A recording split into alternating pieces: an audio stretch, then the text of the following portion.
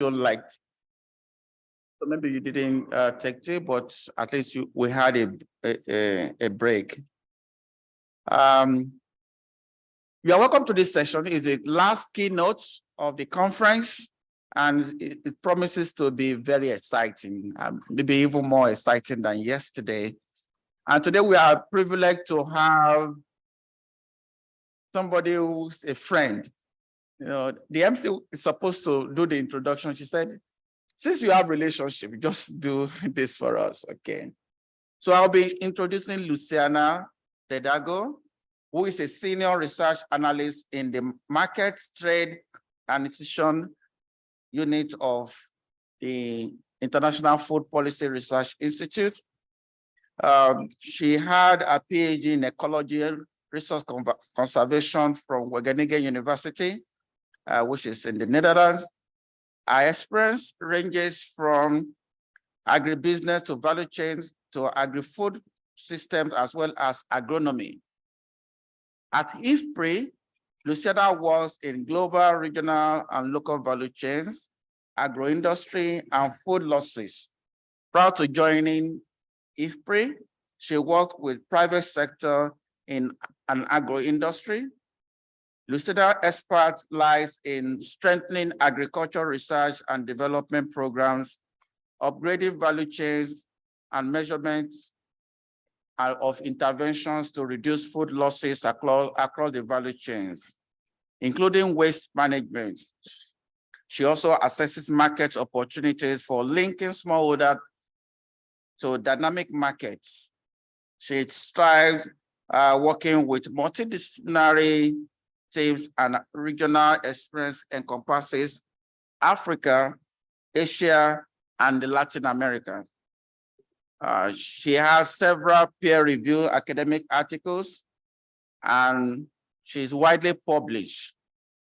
Luciana, as I said, is with IFPRI in Washington, USA. Join me to welcome Luciana Dedago to make a keynote address at this August occasion.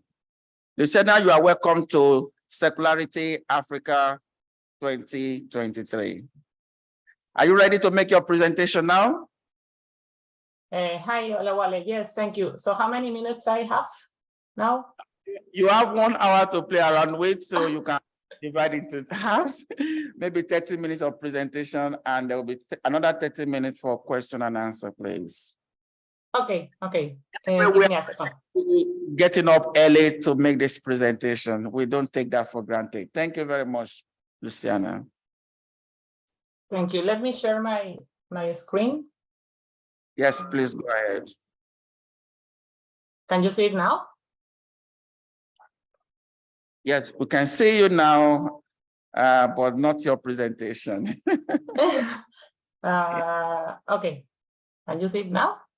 Yes, we can see you now. Welcome. Okay. So good morning, good afternoon. If I miss anything in the introduction, please, you can add it now. Yes, go ahead. No problem. So good morning, good afternoon to all. It's a pleasure for me to be here. I want to thank Dr. Olawale and the organizers for the kind invitation. So my presentation will focus on gaining efficiencies in the agri-food system by reducing food losses across the value chain. So look, why this topic is so important is because we have a triple win. It will improve food security and nutrition. It will improve productivity and economic growth. And it will reduce the use of natural resources and also reduce the greenhouse gas emissions, especially methane. Because when food is lost, we are losing emissions that were invested in the production. And also when food is wasted and destroyed, we produce more methane emissions. So there has been a lot of efforts to try to bring awareness about food loss. The first effort was the idea that there was 1/3 of food loss that was wasted, which was estimated by FAO. But there has been other efforts by UNEP and WRI also to estimate food loss and waste.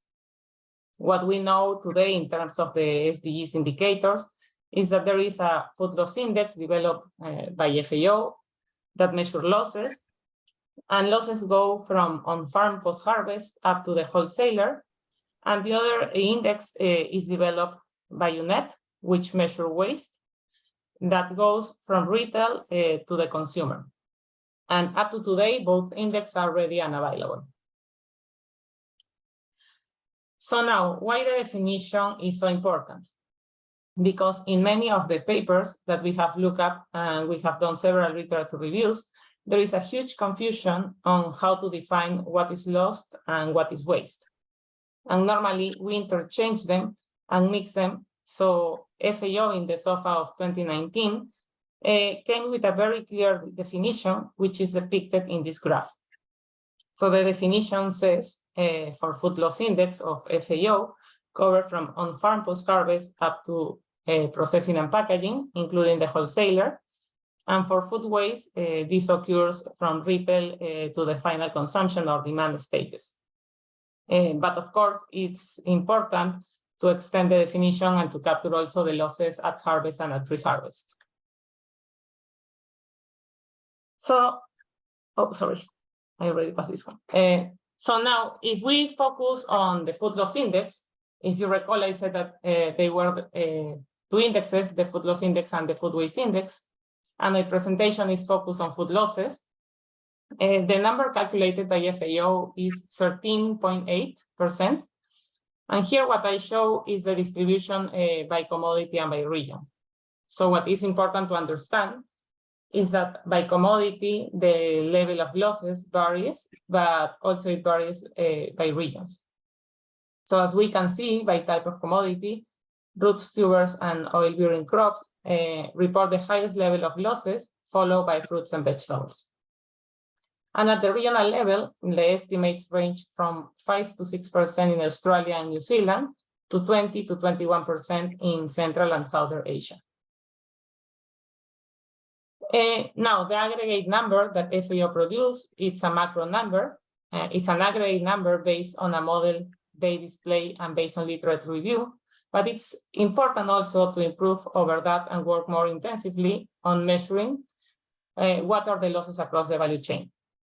So what we have done at IFPRI is to try to measure and bring a micro measurement strategy to be able to identify across the value chain where the losses occur, to identify what are the reasons of what is the causes of the losses, and also to be able to see what is the best way to capture those numbers. So in that purpose, what we did is we calculate and compare the traditional way of collecting the information of losses, which is basically the subjective self-reporting of the aggregate losses versus a more disaggregate way of measure losses, which we call in this case the attribute method and other two methods. What we found is that most of the losses occur at the producer level, which is the green bar, and the losses at the middleman and processor or wholesaler level are smaller, which are the red and blue bars. So this is really important because it will help us to understand how to target interventions of losses. So, and of course, if we look at the methodology, which we have piloted in several countries already, and also we are working with other institutions to expand it, this also helps to identify the reasons behind these losses. So for example, if we look at the reasons that we identify at pre-harvest, we have identified that the major reasons in most of the commodities are linked to pests and diseases, which is in this graph, the light brown bar, and also linked to the lack of rain, which is the green bar, among other reasons as excessive rain, soil fertility, weeds, wind, etc. So when we look on the reasons for left in the field, for the produce that have not been harvested for several reasons, we identify that the major problem, which is the orange bar, is a poor harvest technique that doesn't allow us to bring the product to the market. And the second element is essentially the lack the lack of or the costly labor, which is the dark green bar. So they prefer to leave the product in the field. So for example, in the potato market, if the price go down or too low, the producer decide to left good quality product in the field because it's more expensive to harvest and transport to the market than the price that they are going to receive. So finally, when we look at the reasons for loss post-harvest, what we found is that mostly labor damages at the different stages, and this can be fixed building capacities. And so it's important to see also the pink bar that shows the losses at storage. So as I initially stated, there were 3 wings. One, of course, is more production and productivity, but there was also the gain of using the natural resources more efficiently, and food loss and waste in food impacts the current and future availability of these, increasing the scarce in water, land, energy, and labor and capital. Especially today that we are facing significant challenges because of the crisis that we are living in terms of higher prices, it's essential that we use our resources in an efficient way. Now, also it's important to understand where the reduction should occur, and where there would be the major benefits for the producer and where there would be the major benefits for the consumers. So if we look at where to tackle the losses, we can do it at the production level, at the post-harvest, at the processing, at the wholesale, or any other, or at the consumption level. So what this graph is trying to show is that depending on where we do the interventions, the effects could be different. So for example, if the interventions are being done at the producer level, we will see that will be lower prices because there will be more food that before was lost, and that will be benefit for the consumers. And if the intervention is done at the consumer level, we will see that the demand shrinks, the production falls, and this will be affect the income of the producers.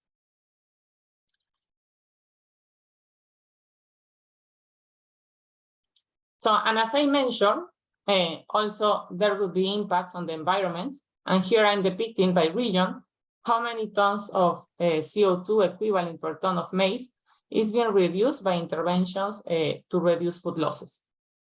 And as you can see, the major returns are at the consumption level. Why? Because this product has already crossed all the value chain and has arrived to the consumption.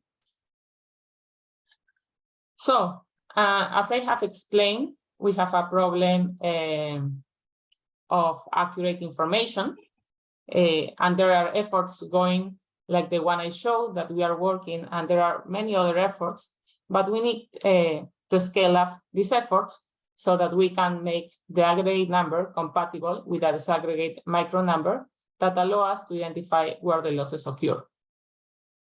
Second, there is only scarce evidence regarding the source of or the causes of food losses. And again, our method tries to capture that, and we need to keep improving. So that's why we have decided to develop an app with FAO that uses this information so that we can cross-source information of this type that we are collecting. So when so we can have more information of more households, so we can clearly identify where the losses occur in the value chain.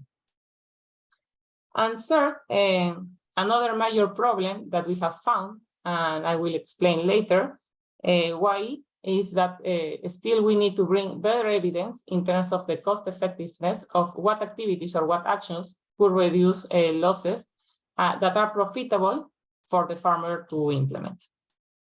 And fourth, there is also an understanding on what incentive to be in place for farmers to do the necessary investments to reduce food losses.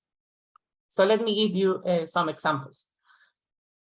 So what we know on storage practices. So in this figure, I present based on a literature review, all the different types of interventions of storage for citrus. So clearly to understand that the bigger impact is on botanical and essential oils and wax coating plus essential oils. So as this figure shows, the effects on the storage protectants vary, and the interventions that really have an impact, and this is the size of the bar here, you see the lower the bar, the lower the losses in quantity and quality. So in this example, botanical and essential oils, and the other is wax coating plus essential oils, are the most efficient interventions to be implemented. Another example is we have this paper from Stutters and others that systematically review post-harvest loss reduction interventions for 22 crops across 57 countries in Sub-Saharan Africa and South Asia from 1970s to 2019. So the authors create a synthesis evidence on the effectiveness of different interventions, and they found that the storage technology interventions targeting farmers dominate the studies. So 79% of the studies were on the storage, and maize was the most studied crop. Like 23% of the studies were on maize. Most of the interventions studies were in India, so around 33% of the studies, and 24 countries had not studies. So the figure presents the result of the impact of different type of interventions of grain storage in terms of percentage of weight loss and percentage of discolor grain losses.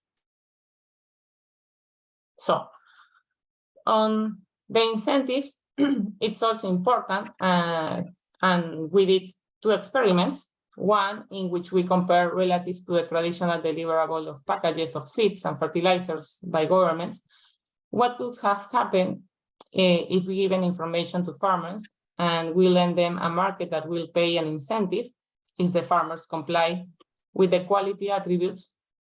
And what we found is that if there is a premium for a higher attributes, the impact in Honduras was an increase in the food loss reduction by 6% relative to just providing the package, and in Guatemala of 7%.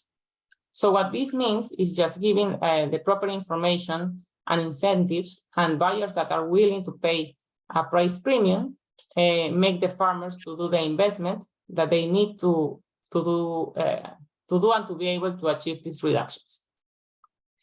And the second one was working in Ethiopia and was done by Hugo de Groot and others, which basically was working on storage bags. And they also find an impact on the reduction of quality losses by 9%.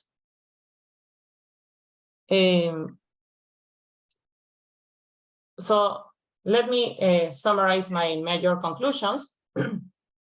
So first, not all the food loss and waste reductions are created equal in terms of impact, and varies country by country and region by region and commodity by commodity.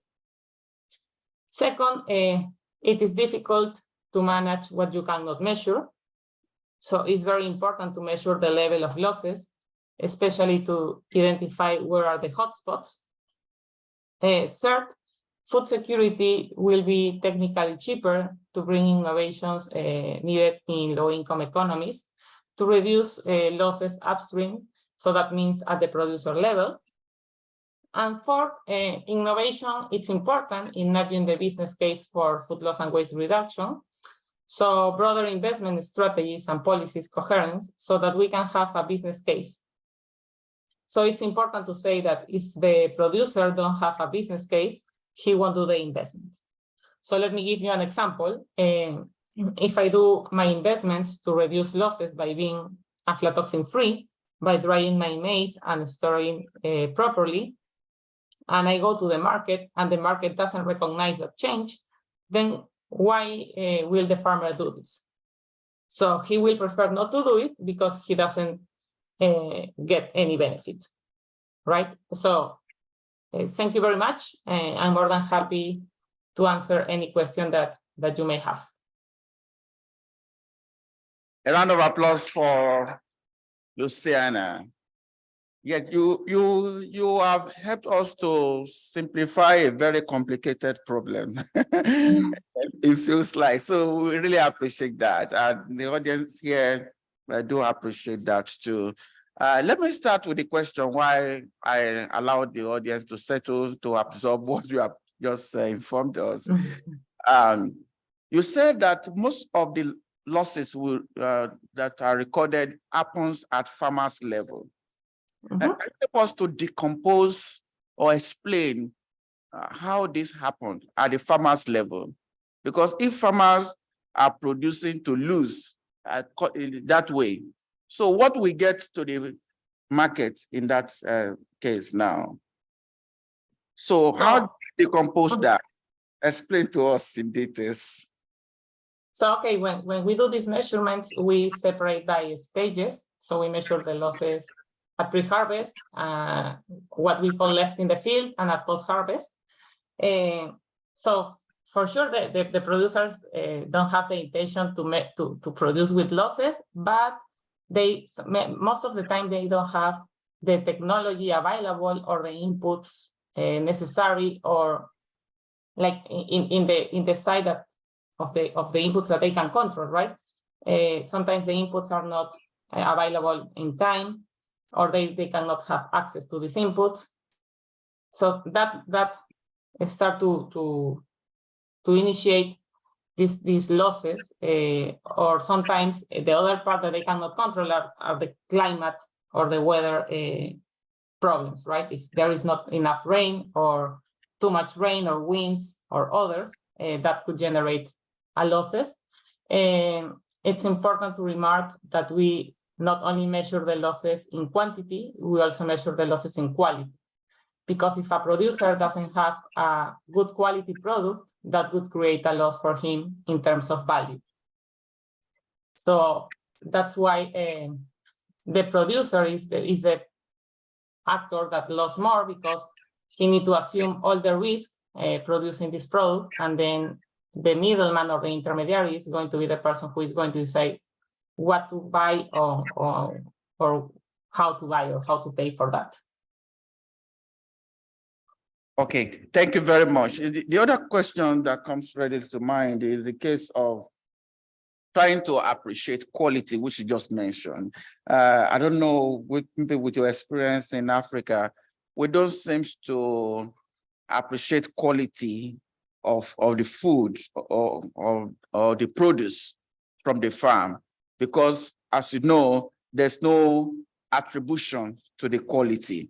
So if you bring 1 kg of maize to the market, whether it's aflatoxin free or not, is the same price, more or less, because there's no standard. So how do you therefore encourage quality in the continent? So what would be the way to go? Thank you. So, thank you for the question. So in that way, that's a very good question, because that's more on the way of the policy and how, or we as consumers require that quality or pay for that quality. Because if we go to a market, let me put just an example, we are going to pay more, or in the other way, we are going to pay less for a product that doesn't look or have a lower quality, right?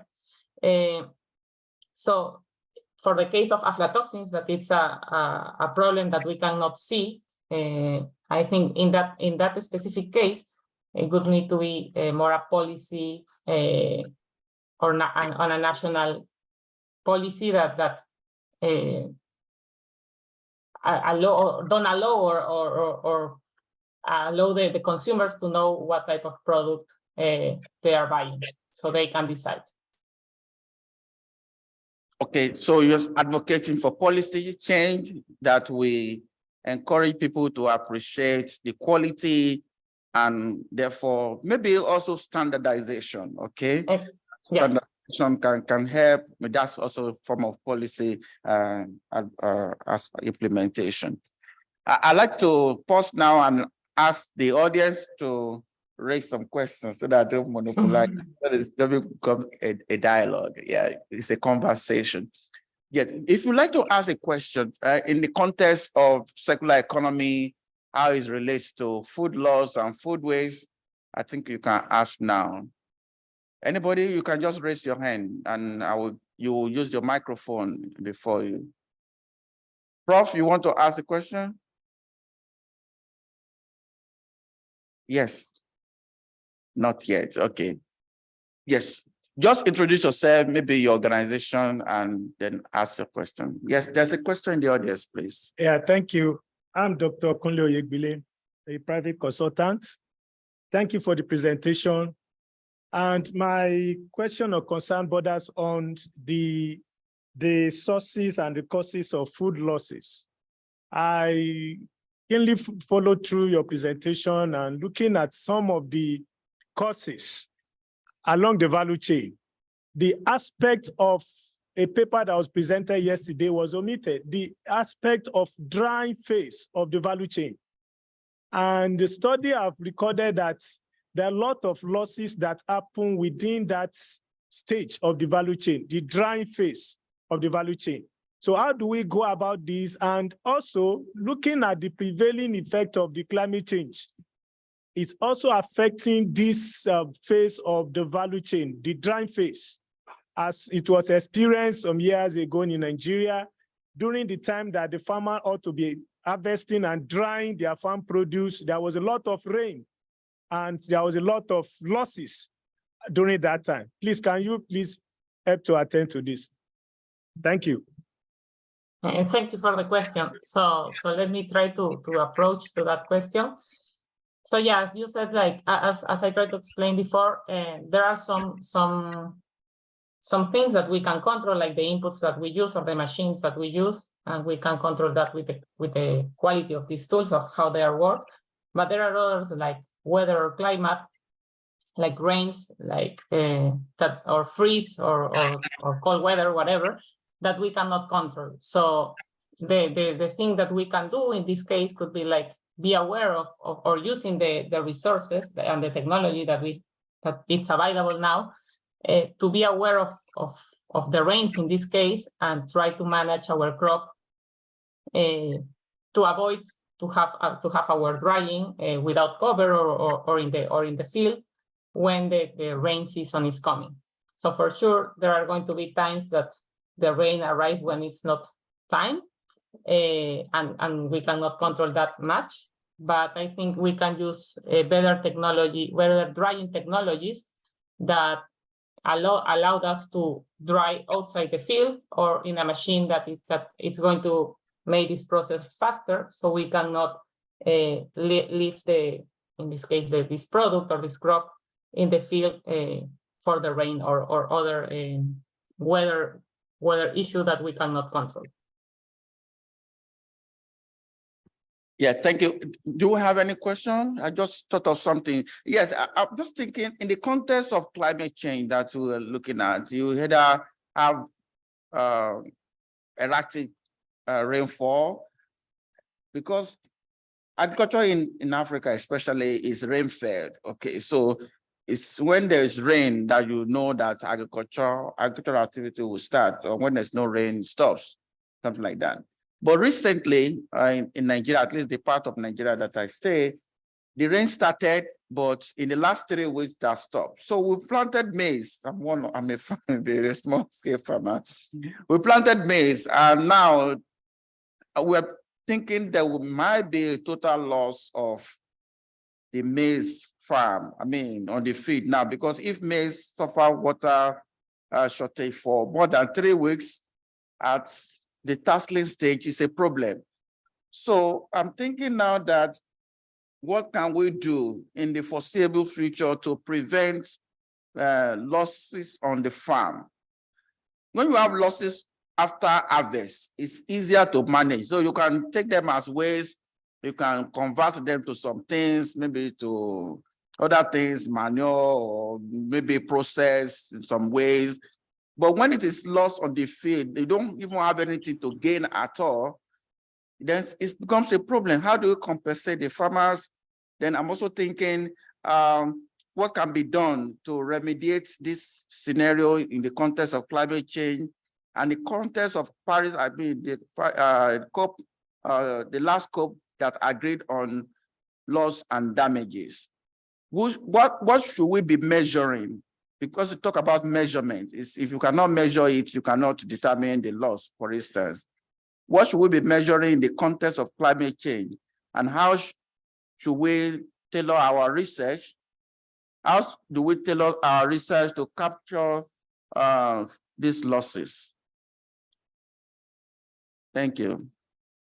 Thank you. So let me go by the first part. So yeah, we are in times that climate change is affecting all of us in different ways.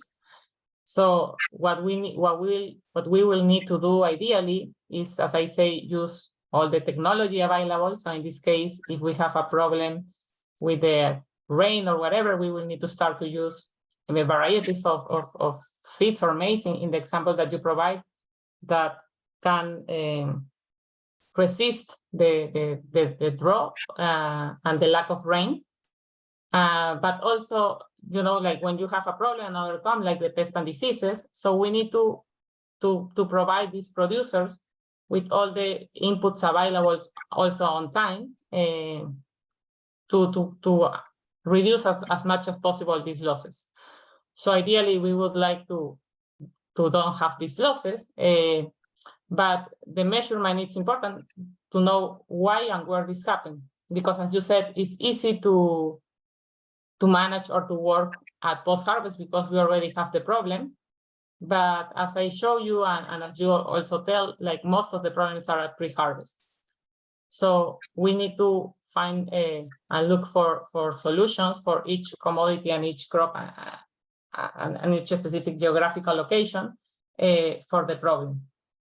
Because it's not the same to say, I'm going to plant maize in Nigeria that I'm going to plant maize in Central America because the realities are different. So I think it's important to look at what are the reality in this specific place or country, and then check what we have and what we can improve for producers. Do we have more questions, please? The students? Any more questions?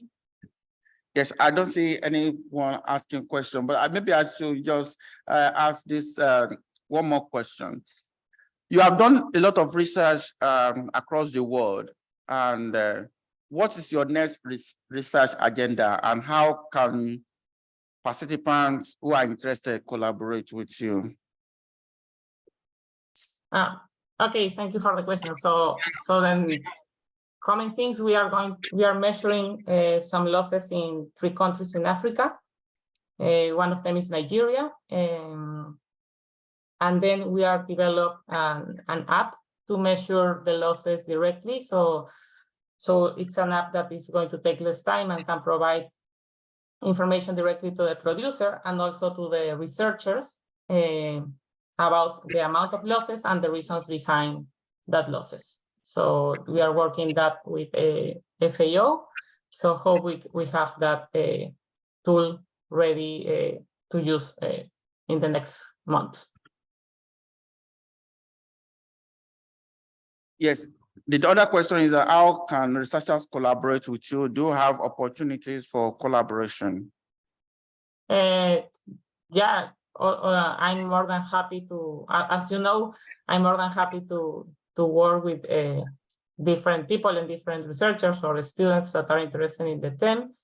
And if we found some interesting, like that can work together, yeah, that's totally fine.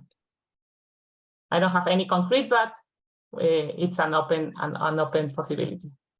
Okay, so I'll need to follow up with you because that's why I'm interested in working with you, because we actually want to use this platform to generate ideas for further collaboration. And I think that's what would be a way to go.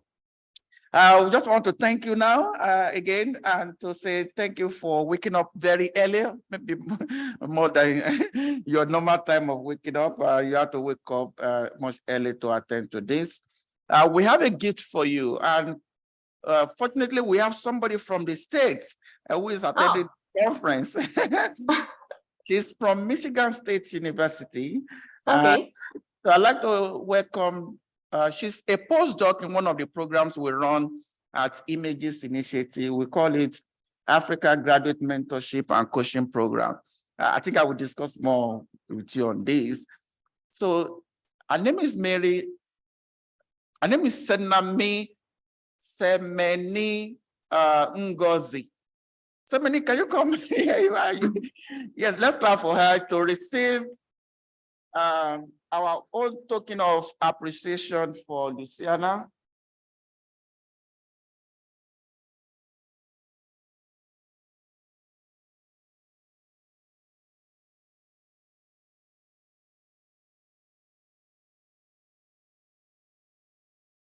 Okay, come here. Okay, so I know, okay. I know in the US or in the Western world, when they give you a gift, you have to open it before they present that to you. So I will give, this is the gift that we are presenting to you.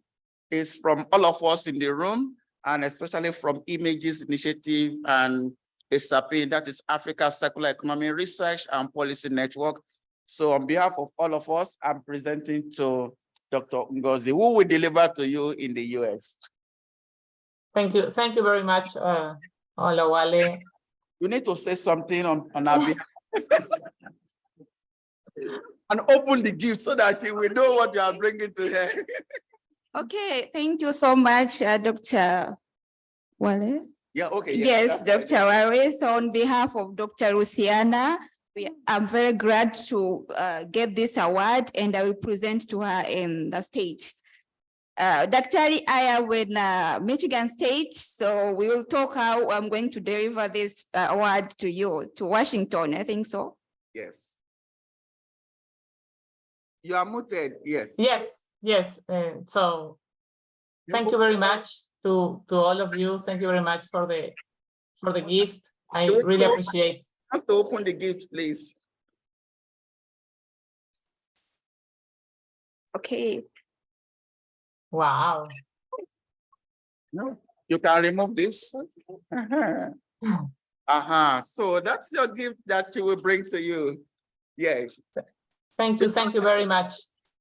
Yes. It's a really nice gift. We have your picture embossed in it so that nobody can take it. I can also Okay, so thank you very much for doing this. So you can go with it. Okay. Okay, Luciana, I want to thank you again in regards to your colleagues and our colleagues in the States, in Washington, IFPRI office especially. Thank you very much to you, Olawale. Thank you for the invitation, and thanks for the questions and for the attention you take to my presentation. Yes, please. And we also recorded this, so we will share the YouTube link with you so you can also share with your colleagues. Yeah. Okay. Thank you. Bye-bye for now. Bye-bye. Yes. Okay, colleagues, ladies and gentlemen, let's put our hands together again for Luciana. So what do we have now? What's the agenda?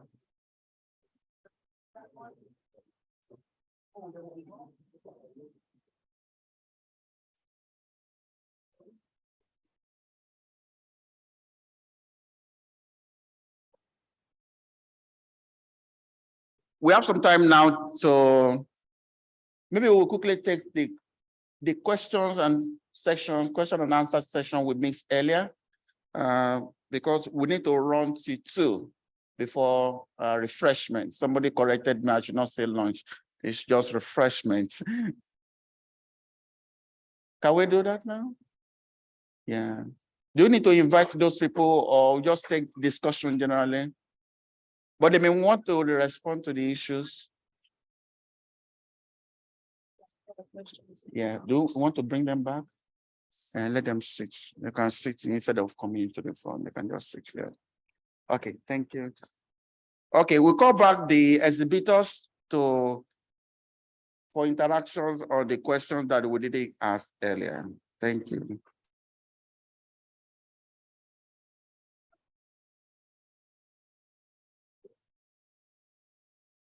May I also announce that those people who will be giving awards are in the room. If you have not given me your presentation, can you please submit it to me now? Thank you.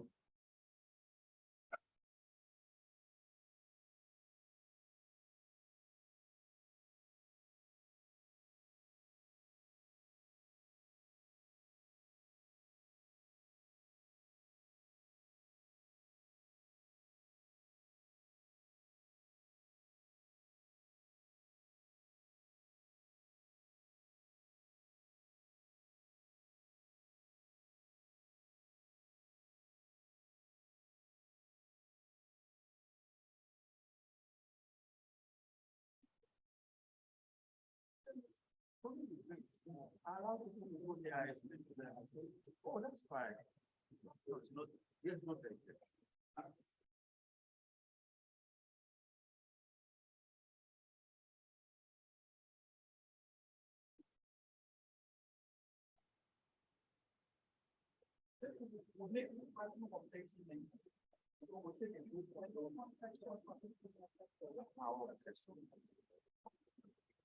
Okay, so I'm back. Tell me welcome back. Thank you. Okay, so we'll try to manage the time we have before the next break. We have the exhibitors are coming into the hall. Can you please fill the seats here so we know you are the dignitaries for today? We had a different set yesterday.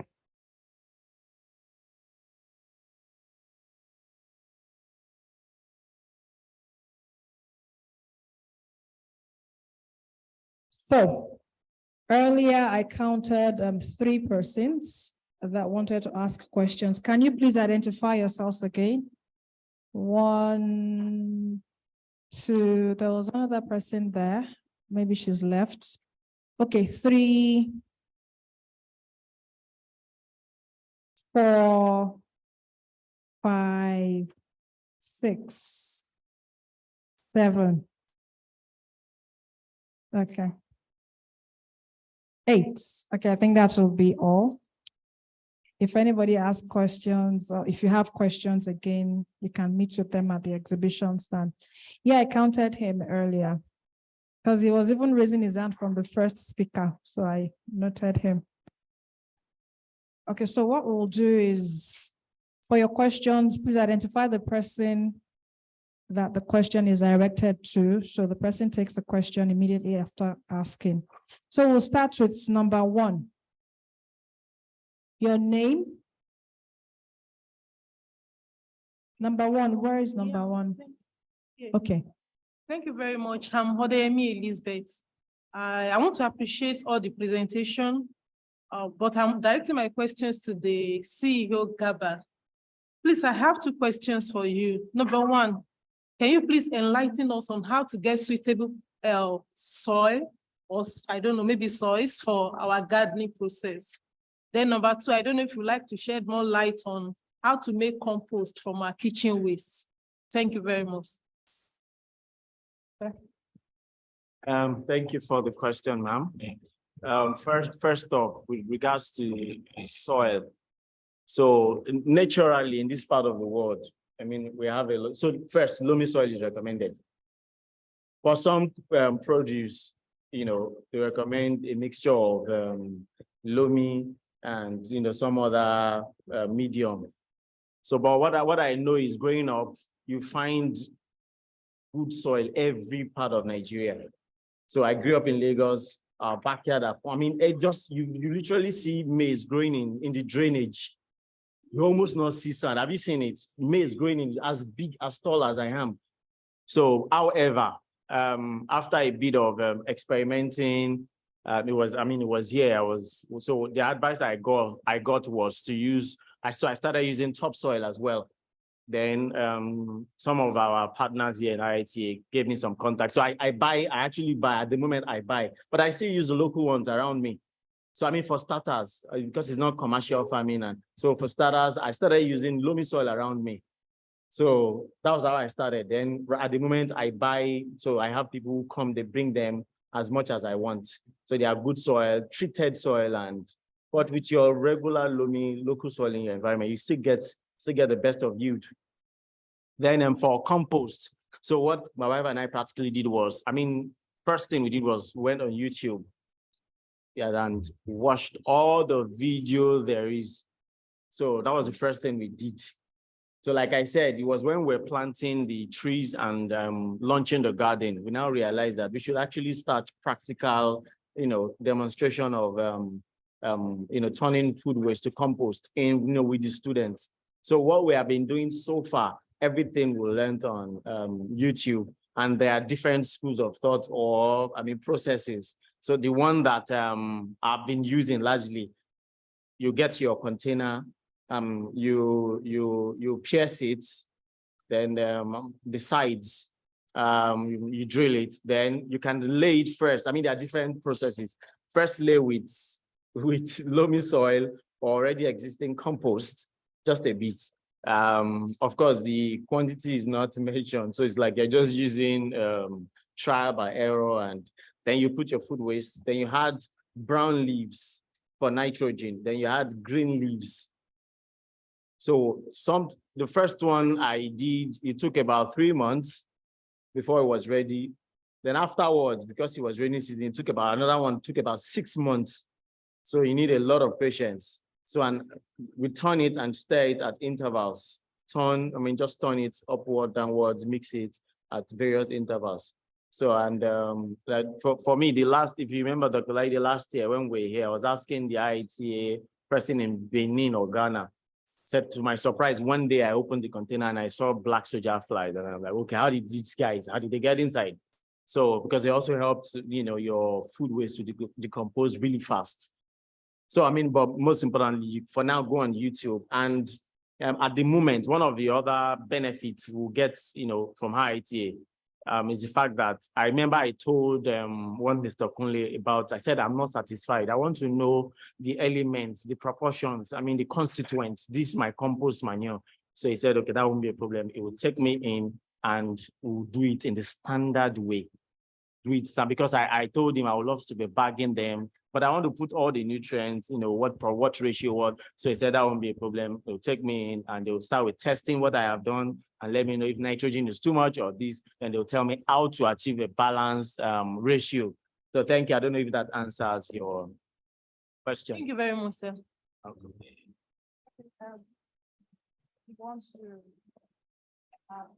Okay, good afternoon, everybody. Just to help us to add a little, if you want to do the compost manure from your backyard, part of what you can do, make it yourself, is just dig a little ground, pour in the waste there, then cover it up for about 3 to 6 months. Go and mix it. You just dig a little, mix, then cover up again. By 9 months, your compost manure is ready. That is just at your backyard if you want to do it by yourself. Okay.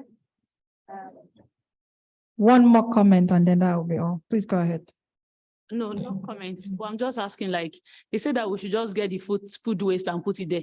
But food waste is not a one-time something. Are we going to just continue putting it there? Because I don't understand, because you said put it there after 3 months, 6 months, but food waste is something that we get every day. So is it that we have to keep pouring it there, or we have to hold on until one finishes and now starts? You get what I'm trying to say? Yeah, I do. Just that the one we've done, we already have the waste in mass somewhere. Then, so if you want to do that yourself, maybe you have it dug, you have something to cover, maybe a metal covering or something, not to introduce disease and pest. So then after some while, when the waste is appreciable, you pack it, and you can be doing segment by segment, small pits within the house. But you can just accumulate for like 1 week or a 2-week waste. That's why you need to cover it up, maybe with a metal cover, so that pest and disease will not come in. Then after like 1 week of waste, you can pack it, then dig a ground completely, just bury it, then add more soil.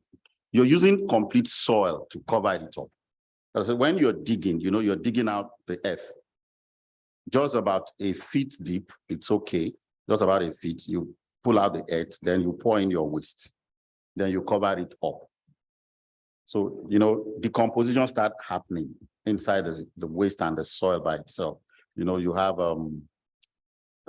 earthworms, everything started reacting on it, insects and whatever. So after like 3 months, you can start excavating a little by little till you get to the compost, then you mix well again, then you cover it up. When about 9 months, everything is done, compost manure.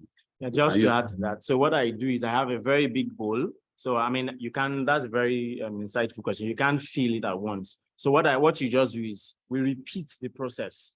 So we have this quantity of food waste, I mean, the soil, the compost, the green leaves. So we add on top of it, repeat the process. That's what we do. So you can cut, you know, create this square shape at the bottom of your container. I use container a lot. Then you can take, because the one at the bottom will most likely decompose before. So you can take them out, then it drops. Of course, you mix over time, but once it's full, we move to another container. That's the way we do it. Thank you. Okay, a comment or a question? All right, please go ahead. Okay, good afternoon, everyone. I had a conversation with him outside because my worry was, I was trying to confirm if what he called compost was actually aligning with international standards. But like he said, it's a work in progress, and they're trying to research into it. I think the contributions he also made are all correct, but I think research has to be done for you to lay claim that what you have is actually compost. Do you understand? Because there are some elements, phosphorus, nitrogen, potassium, you have to meet up with the internationally acceptable standards before you can lay claim scientifically that what you have is compost. So it's good that is still trying to research on it, and I'm sure that is going to get there. Thank you very much. Thank you very much for your comments. I think for those that are not doing science, just dump your food waste. After 9 months, pack it out. We are not writing journal papers. A comment or a question? No, thank you. I'll call you later. Number 2, please. Who was the second person earlier? There was someone there. Okay, please go ahead. Your name? My name is Oluwatosin Olayinka. My question goes to our coconut mama. I was really inspired by your story. I think it's amazing. So we all live in Nigeria. We know what it's like to do business, to start a business and watch it grow. What were your problems, especially the most daunting ones, and how did you overcome them at the startup level and when you were scaling? And secondly, you didn't start the business from your story. You didn't start with the intention of doing business. You actually wanted to solve a personal problem, but now you've grown to become a brand, and I think that's amazing. From how did you get all these ideas? The different, especially in the product development area, did you have quality, did you have access to quality human capital to help you through all this journey, or you had to do everything all by yourself? Thank you for the questions. I love the name Coconut Mama, but just for the benefit of the room, my name is Ebun Feludu. So the 2 questions were, what were the challenges you faced? How did you surmount them? And the second one was, how did you develop products? So to answer the first one, as a business owner, as an entrepreneur, what you do is solve problems. So you are going to face problems every single day. So my motto in life, and pardon me as I speak Yoruba, you know, I said I'm from Ibadan. That's my motto in life. And so once you walk into the entrepreneurial journey, knowing that whatever comes is not greater than me, whatever challenge comes is not greater than me, I will surmount it. So that helps. So there are tons of challenges, right? One is access to raw material, enough for you to do a business on a level of scale. We had that challenge, and we just had to keep going deeper and deeper into the market to get a better price, right? So in terms of raw materials, solving that problem was, okay, I always say to the people, the deeper you go into the market, the better you get the price. So if you know Balogun markets, if you're at the fringes of Balogun markets, everything you find there is going to be all shiny and pretty, and it's going to be the most expensive. Everybody gets it from the deepest part of the market. So as long as you are willing to go deeper and deeper and deeper into the market, you're going to get a better price.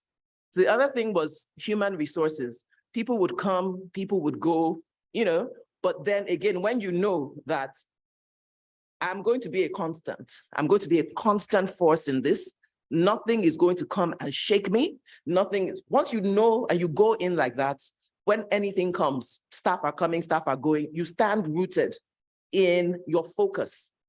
And my ultimate focus, my ultimate vision is to have a huge community where our farming is there, our factory is there, we have hospitals, that is my vision.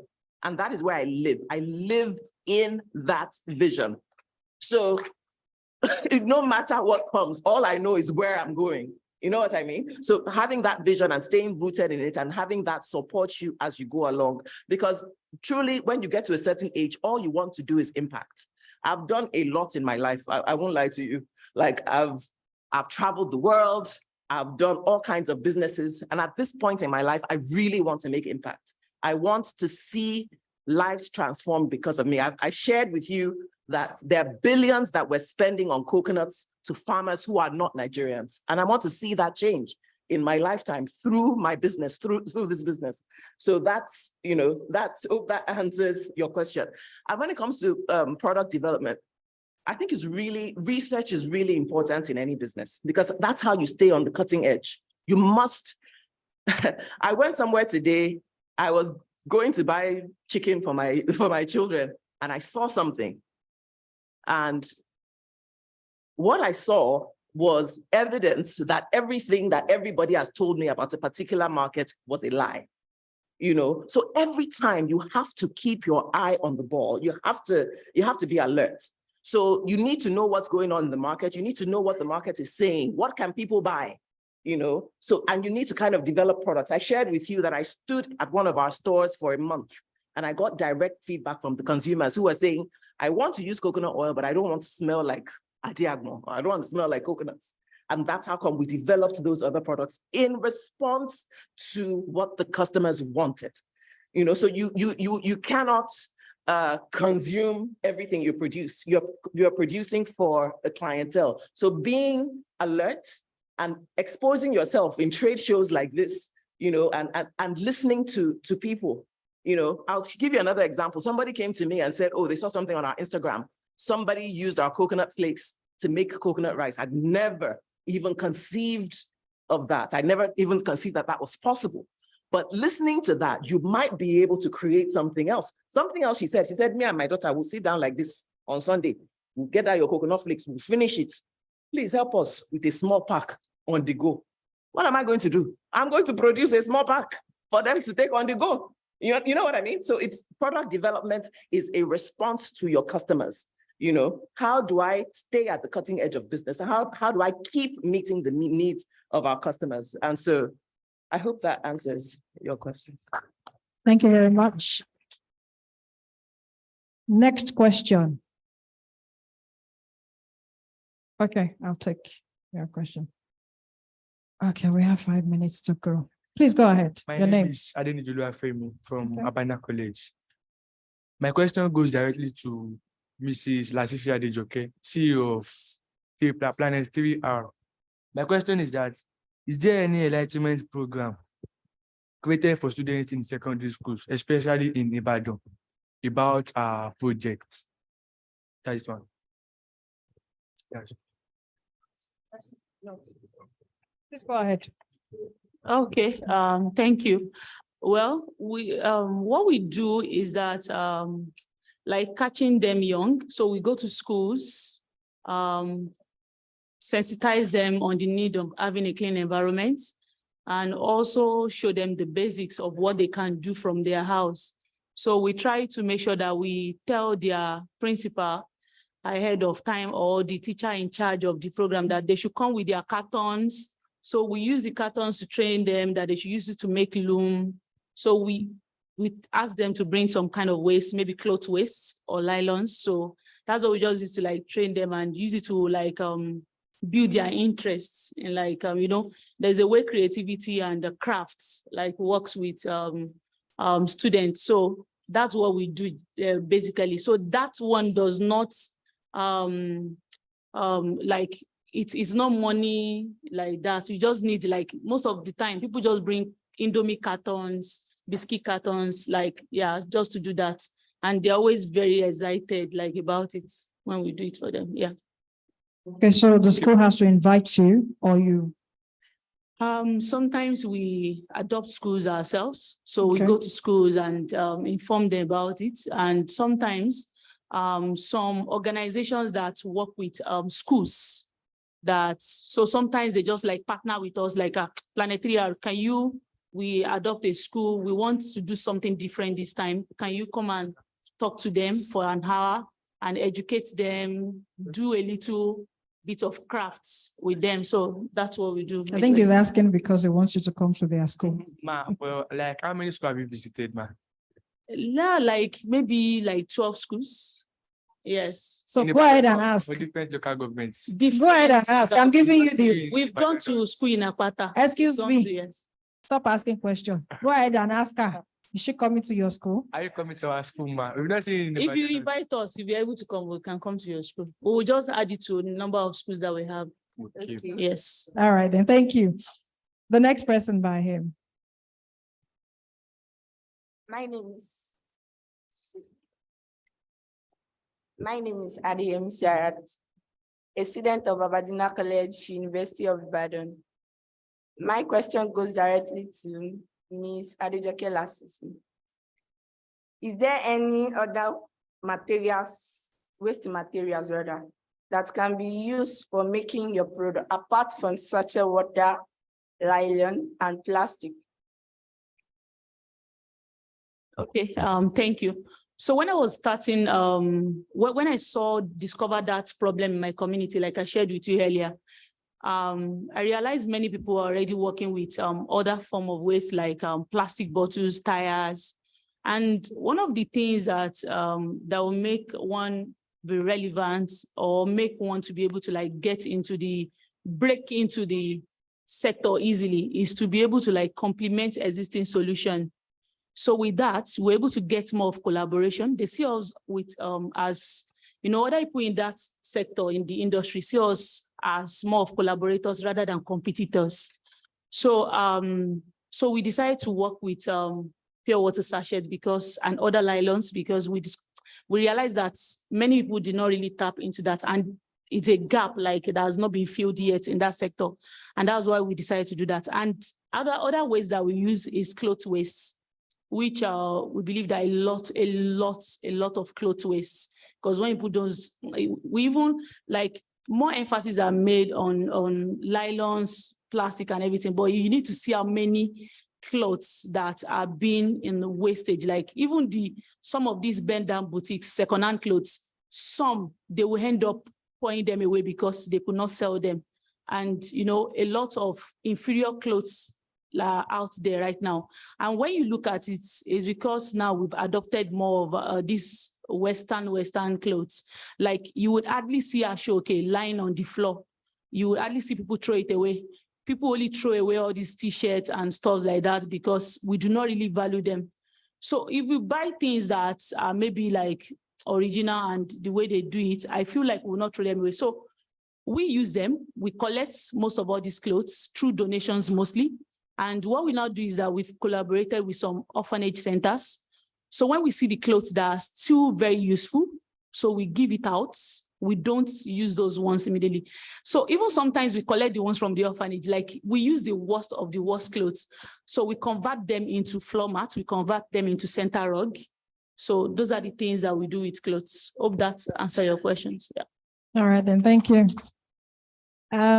We actually counted 8 hands. You are the 4th person. Who's the 5th person, please? Okay, that was the person I was looking for. Go ahead. No, he was number 2. Yes. Hold on, please, ma'am. Please go ahead. Taufik Babalola, representing Plugin Nigeria. So I'm a student of University of Ibadan. To Mr. Femi, I love what you do, your renewable energy and everything.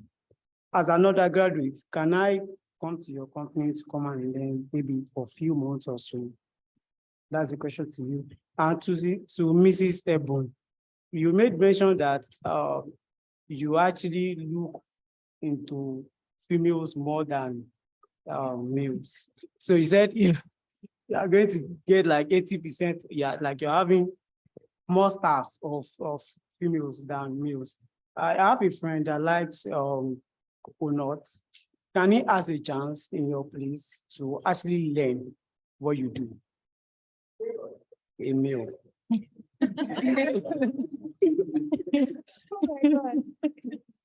Okay, can I just quickly answer? Listen, we have a 20% slot, and so I'm sure we can make space for him. By the way, I have 2 children and they're both boys, so they challenge me on this all the time. So we have a space for him. We can talk. So you can follow up on that. Thank you. Good afternoon again. Thank you so much. There is space. We have space for internship. And someone else also asked if they could be trained on apiary. I said yes, that either for free or for a token, there is always opportunity to train people. And I told the woman as well that even if she wants a deeper training, because I'm not the real one going to do the harvesting and all that. I also have consultants that I pay. I can equally just link her up, and I said the person will not collect so much. So there's opportunity for training. The sky is big enough. Sorry, I'm sorry that we didn't talk about the location. So be rest assured, the factory is located in Akufu. It's in Ibadan here. And part of what we've done is like what she said, the vision is so big, but we're starting small. So we have small quarters to even house the staff. Okay. Unlike her, what we did is we want it balanced. So unfortunately, it's not balanced yet. We have more female than male, but we want it balanced. So we have quarters for female, we have quarters for male. So, okay, so your friend can still. It's also on website. 2 jobs. Tamela Food and Tea. Then we're on IG as well. Okay. Well, we have an office located in Agodi, inside the Boy Scout headquarters. That is where the corporate office is located. We have distributors, and we also take distributors. Distributors get 20% of the sales value. All right, then. Thank you very much. So I'll take your question now. Okay, thank you. Yeah, good afternoon, everybody.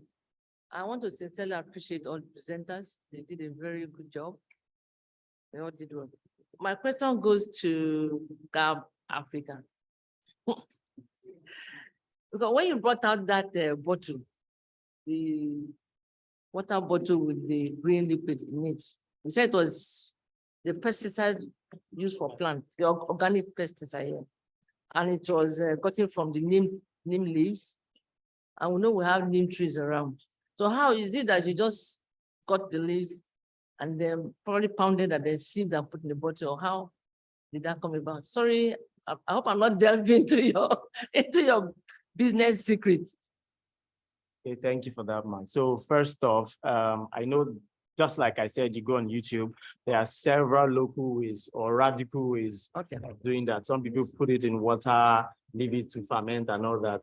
But because of I'm excellence driven. So we have a technical partner. I met the person through Dr. Laide, National Organization of Organic Agriculture of Nigeria. So they are the ones helping us with that.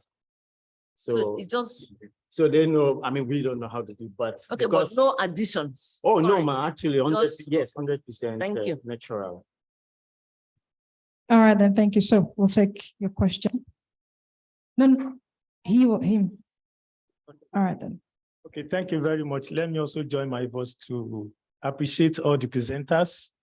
And one thing that so much excited me is that they started off farm, but now they find their feet back on land. So which means farming is not for the poor, it's for the rich. So can we appreciate them for that? Even the fabric business. So we thank you for that. Now for the Planet 3R, you made mention of having the okay weaving skill. At least I want to believe is part of what actually helped you in converting the sachet water to, yeah. No, what is the particular or basic skill that somebody need in that respect? Are you asking for someone or you're asking for yourself? Sorry. It's a general one anyway. Okay. Well, it's just the skill to be able to transform it. Like you want to, when we train people, it's the skill that they will use to transform it. They might not even necessarily know how to weave ashoke themselves. Yes, but they will be able to like transform that. That's what they are learning. And we don't teach for free anyways. Okay, yeah. Hold on, please. You have a question, so please go ahead.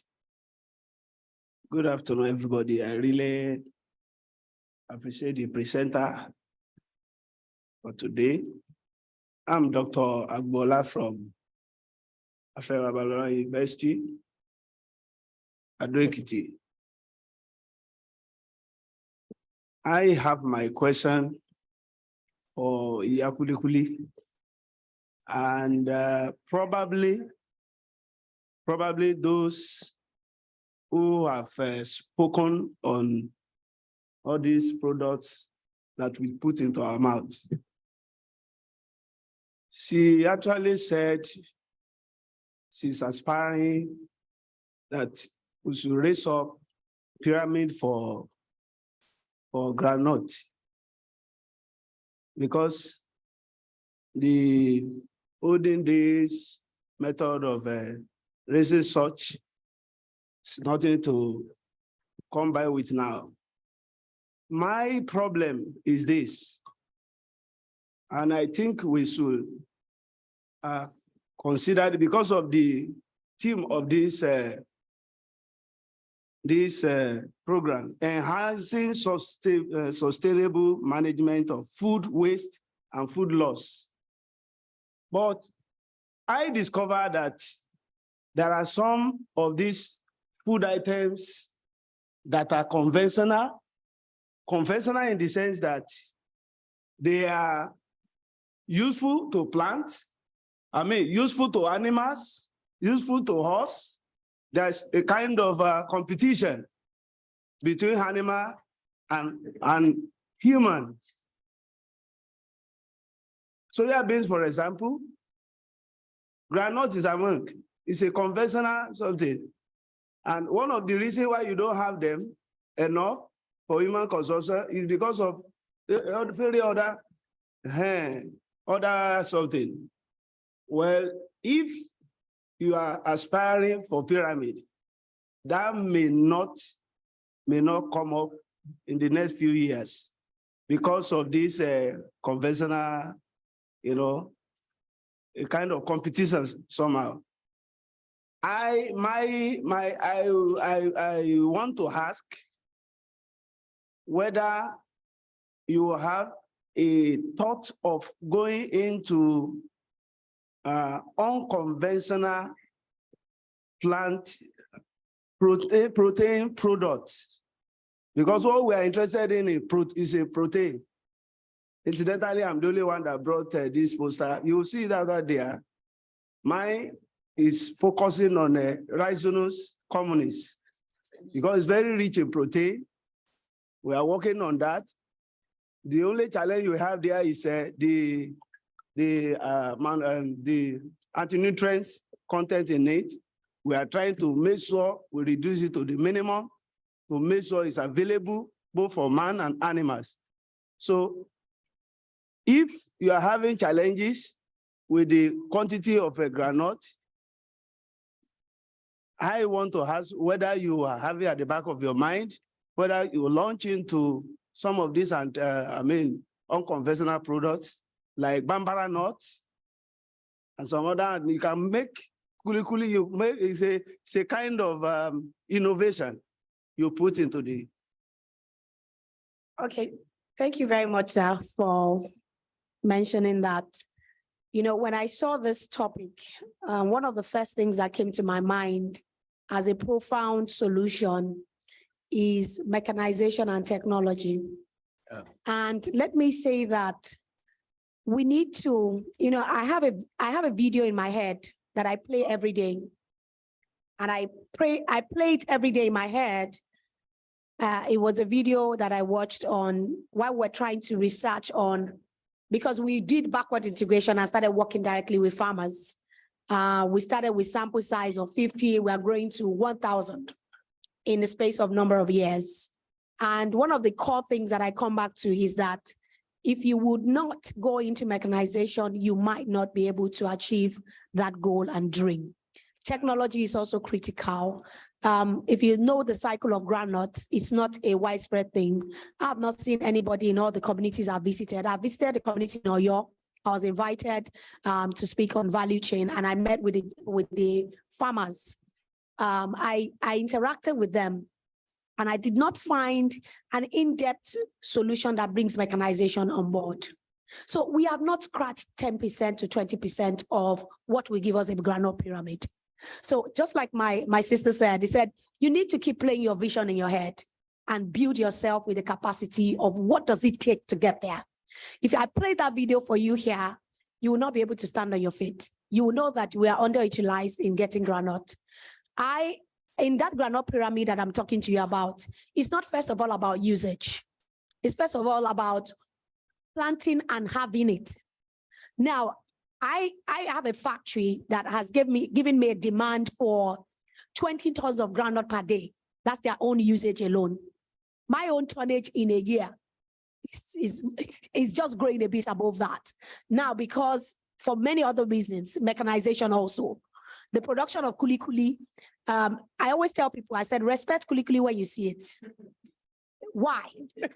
Now, to produce a cookie takes you about 10, 15, 20 minutes, right? To produce kuli-kuli, right now, I need about an average of 6 hours to 5 hours to give you a complete cycle of kuli-kuli that you're just looking at like that. So when you see it, remove your hats. It takes time invested and all those kind of things.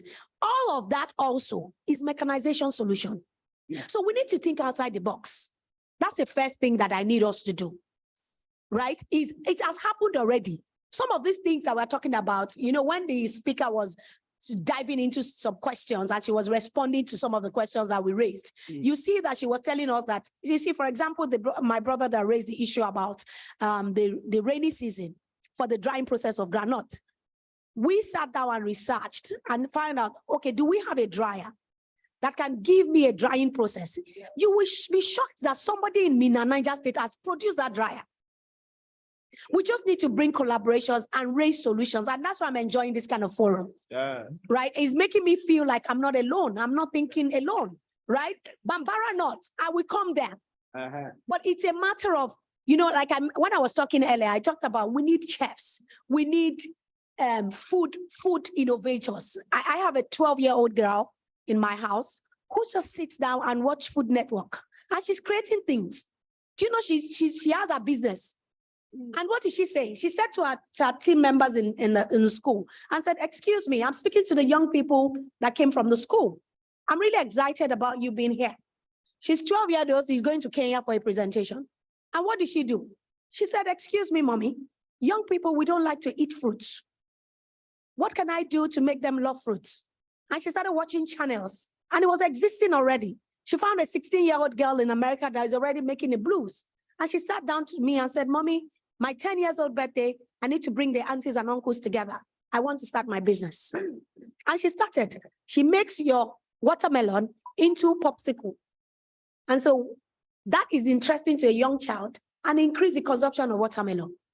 So the question you're raising, if I understand it, first of all, my pyramid will exist.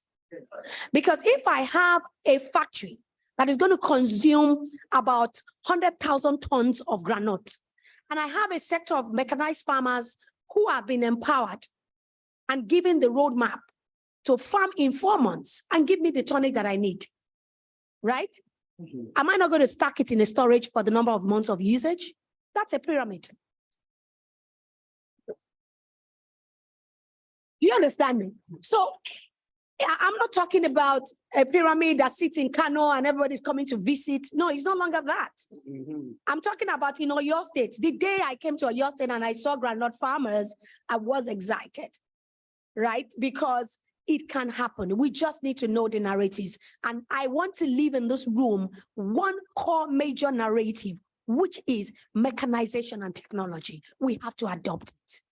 That is one thing that can increase our yield, that can increase our productivity, right? Bambara not, it just needs a bit more research. Maybe after this meeting, we can talk, look at what the nut is, look at the nutrients in it.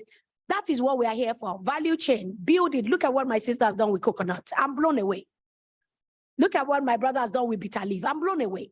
So that is just what more we need to do, and we get it done. So it's doable. My pyramids are coming and they will exist. I look forward to that day. Okay, somebody was asking online where exactly your factory is situated in Akufo. Where in Akufo? The Oyo State Farm Settlement there is called Akufo Farm Settlement. Okay. So that is where we're located. All right then. On the website, the phone numbers are there, contact details are For there. direction. All right then. I'm sure the person. Sorry, I need to say this. The factory is not a place for just visiting. This is food sector, but you can know where it is. And maybe at the reception area, you could be accommodated. Okay, I'm sure the person is listening, whoever that is. It was an online question. So we're taking two last questions, yourself and the lady in pink. But hold on, please. Let him. You were going to ask a question earlier. Please go ahead. My question was directed to Gaba. Okay. Yeah, so no. The idea here we were talking about having your own organic farm. And I was like, waiting 9 months for a compost system doesn't really, I wouldn't say it's palatable to the average household farmer. So what is the price for your compost material separately from the kit? That's the first question. And the second one is, are you open towards partnering with farms and establishments that can supply you manure and compost? Thank you. Let me start with the last question. We're already doing that. Yes, and I mean, if you also, maybe if you're involved, I mean, we can talk.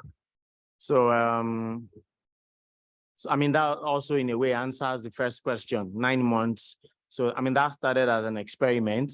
So we have partners too as well. So, however, the big picture is we're already in touch with some companies, in China. So there's something we are building at the moment. Of course, funds. We are trusting God for funds. So you compost in 24 hours.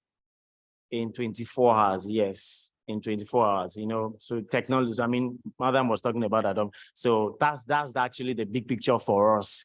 So we hope to get there soon. Yeah, the second one is about the pricing separate from the Gaba okay, kit. so for now, thank you for that. For now, we've not started selling separately.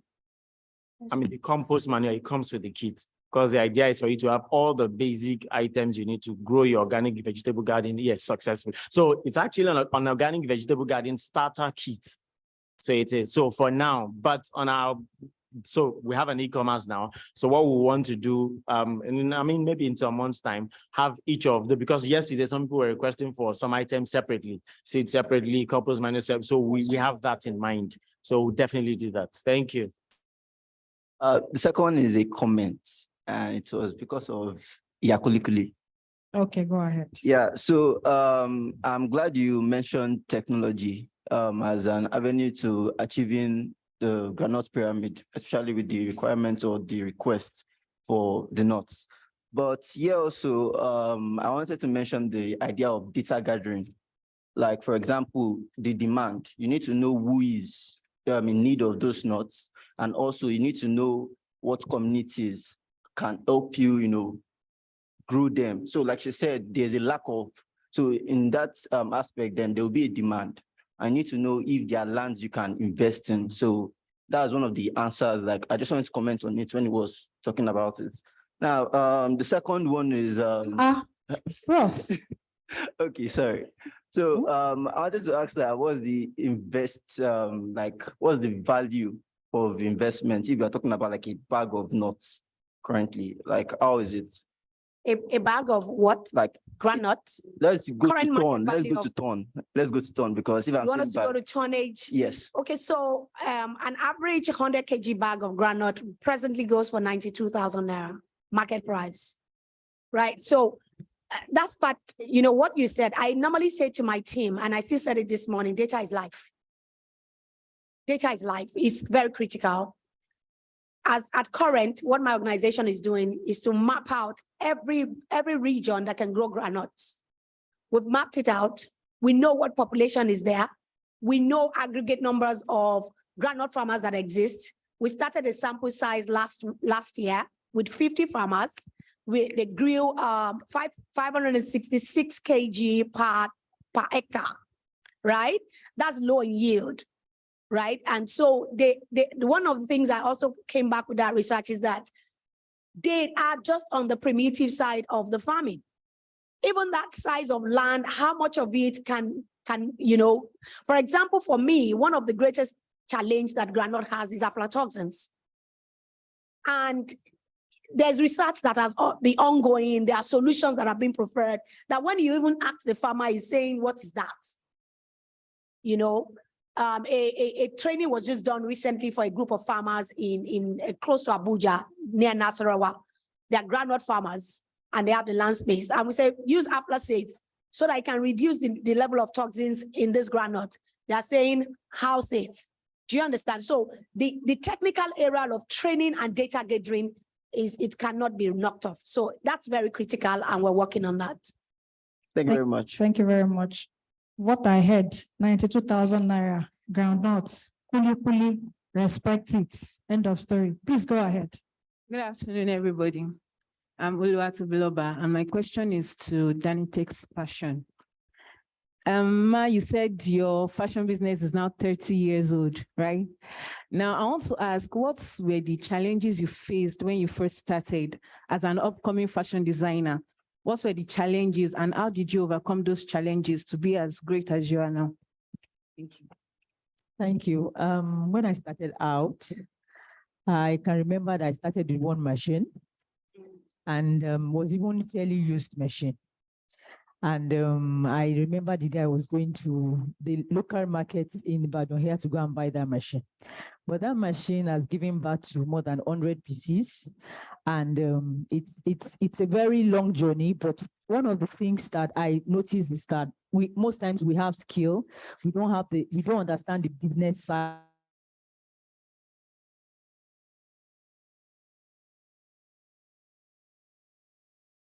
2010, I was making money, I couldn't capture it. I didn't know how to get customers. I didn't know how to structure the business. It was very tough. So what I did, I took a step to go to Lagos Business School. I went for entrepreneurship training, learned how to manage my business better, structure the business properly, capture the money going out and coming in. I opened an account properly for my business. I knew how to, those are some of the issues. The major issue people have in entrepreneurship is that they don't know how to structure the business. So you have the skill, you'll be running with the skill, but the business will not grow if you do not have the knowledge to run it. So immediately I was able to upgrade my knowledge base. Everything changed around the business. The growth started because I was putting everything in the right place, the round peg in the right hole, and I employed the right people to work with me. I had managers that were handling different aspects of the business. I was not the only one. Before you be the only one. You are the Lord and master of everything. Money comes in, you are the one. You just, you are mixing your business money with personal money. You don't have a separate account. Those are the issues that we have. So if you are still doing that, there is no way, even if you spend 30 years, that business can always grow. So you have to separate yourself from the business. You do things properly. You have a book, you have a record, you have all the certifications you need for your business. So that helps you to also attract funding, attract people that will support your business because they now know you are serious with your business. So the major thing I think entrepreneurs need to fix is the knowledge of how to run a business. and it cuts across every sector. It's not only fashion, everybody, whatever you are doing and you don't have a business knowledge of it, you have problems. So we keep learning. I take training on regular basis. This year, this is May, I've taken 4 trainings and entrepreneurship training to improve. Yes, because I drink training like I drink water, because that's the only way. Everything around us is evolving at the speed of light. So if you are not, reading, you are learning new things, you are going to be stuck. After a while, you can't think because you are not, yes. So you have to keep upgrading your knowledge base so that you can, you are competing globally. It's not a local, we are not competing locally anymore. The whole world is a global village. Everybody's connected here and there. So if you are not, like my sister has said, doing research, knowing what to do next, you'll be stuck. I'm in Ibadan, but this business is beyond Ibadan. I can't be stuck here, or else that's the end of the business. It's 30 years, and if you're not going up, it's either you are going down. You can't stay in the middle. So for you to stay in the business, one thing I've seen as a challenge is ability to keep increasing your knowledge base, and that is self-development. You must invest in yourself consistently, because the more you do it, your mind expands, your head expands. You are thinking big. You are thinking beyond your local space. You want to take this business to another level. So those are the challenges I had, and the way I solve it is, and I still solve it, is to constantly, improve my knowledge base about my business, about every aspect. That does not mean I don't have issues still, because like my sister said, it's a continuous process. An entrepreneur can never stop having issues. We will always have one, but it's a challenge that we will face and continue to solve. As you solve it, you find that you move to the next level. As you solve it, you keep moving. And then when they are cutting out in your industry, cutting out the people that are making a difference, you will definitely be one of, out of the first percentage of people solving problems. So it's not only about the business, it's also about you developing. I always tell people, you can never grow a business beyond your level. The business cannot grow beyond what you know. Everything you know about business stops at the level you know it. So to be able to expand the scope of your business, you are the factor for the growth of the business. If you don't know, then that's the end. The business stops where your knowledge stops. So you cannot stop. So that's my own challenge, and that's how I still solve it up to today. Thank you. Thank you very much. A round of applause for her. In less than 5 minutes, she just motivated us. It's not all those aspire to perspire to acquire. There are challenges, you have to, go beyond them. Thank you very much to all of our speakers. Thank you very much to all those that have asked questions as well. Announcement, please don't go. Announcement, there's Mr. Samson Ajayi or Ajayi Samson. Question is needed outside. Is there anybody by that name here? Ajayi Samson or Samson Ajayi? Okay, I take it that information is not meant for anybody here. The panelists, you'll come up here and you will take group photograph. I will join you because in my mind now, I now own a business. So all of us will take pictures together.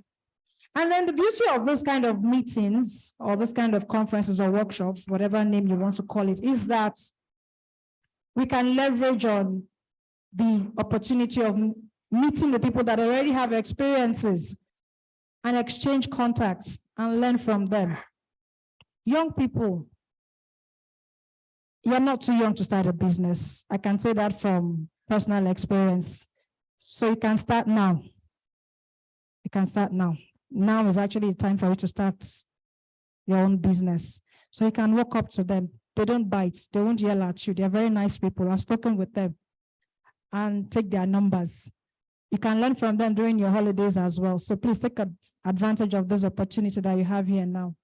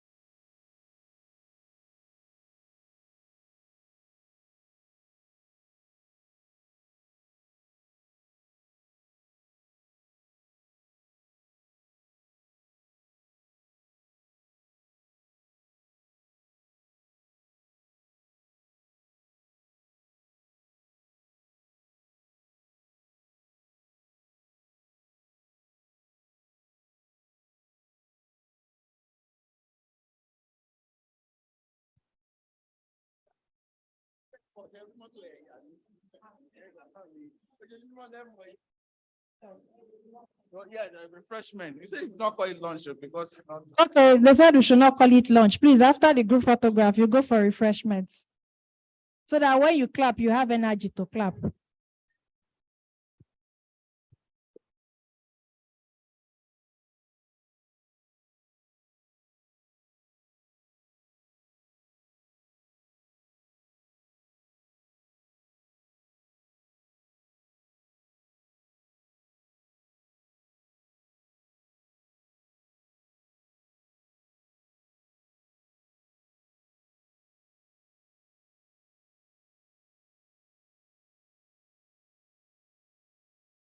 Is big. So he walked up to me and said he want to talk about his business, biogas plants, building, and all that. Just like about 20 minutes after, another lady walked up to me that she wants somebody who can build biogas plants. She just won a grant and she's looking for somebody. I say, what type of instant miracle is this one? So if you don't believe in miracles, it happens. So the person that told me about his knowledge about biogas, can you stand up? I want to do matchmaking now. And the person that told me that she needs somebody who wants to help her to build a biogas plant to also stand up. Now, you are just, you don't know how to they marry people in. So you can both go ahead and talk together. But don't forget my own commission. I'm the go-between. Yes, the accountant. You have to show your certificates. I know you are not an accountant by training. Okay, so we have. Please, can we still have him to actually share with us at least if. Okay. No matter, Please come out. Okay. Matter, By popular request. No, this is how things happen. Thank you. You know, I told you last year. Just keep coming. Last year, we had the conference on robotics for sustainability study. I was just discussing generally, and I said I'd like to propose. I didn't inform the man before. I just said I'd like to propose that Professor Dapo Afolabi, whom we just invited to just as guest, to be the patron of the network we're just setting up. And somebody just said, chorus in the crowd, that no, that we should not make him patron, that we should make him grand patron. I was say, patron, grand patron. Is that not high? The person has not even accepted the one we say patron. You are now saying grand again. But thankfully, he accepted, and now it's our grand patron. So when we come to meetings like this, just let your mind be open, okay? Discuss with people. That's why we give enough time for networking and not for lunch break. So I thought you would laugh. It's better to connect that to eat lunch because food will perish now, but these ideas will not perish. In 2 minutes, tell us what you can do. Okay, thank you so much. My name is Muftau Abdurrahman Adeshola. I'm a member of Youth in Sustainable Waste Eco Recycling Program on IITA Soil Air. So mainly what we do is we deal with waste, anything in form of waste, either a degradable or non-degradable materials. And our pilot survey was established on this soil, which is on the biogas plants we have at IITA staff. And that is what we've been used to generate biogas for cooking for our staff here. And also we consult for people outside. We have a project at our station, Fashola and Coast and School of Survey, etc. like that. So we turn our waste in order to support biocircular economy. And we are not limited to a particular aspect. We deal with all aspects, such as our mentioned biogas. We turn our biodegradable waste into organic fertilizers as well. Presently, we are working on an innovation called black soda fly in order to mitigate the risk on the risk on the production of aqua farming, because we realize that a lot of aqua farmers are facing challenges, mostly on their feeds, and we realize that black soda fly is very prominent in vitamin, mostly for fish farming and the bird farmers as well. So these are one of the concepts we are also working on. And we are open to collaboration from any angles.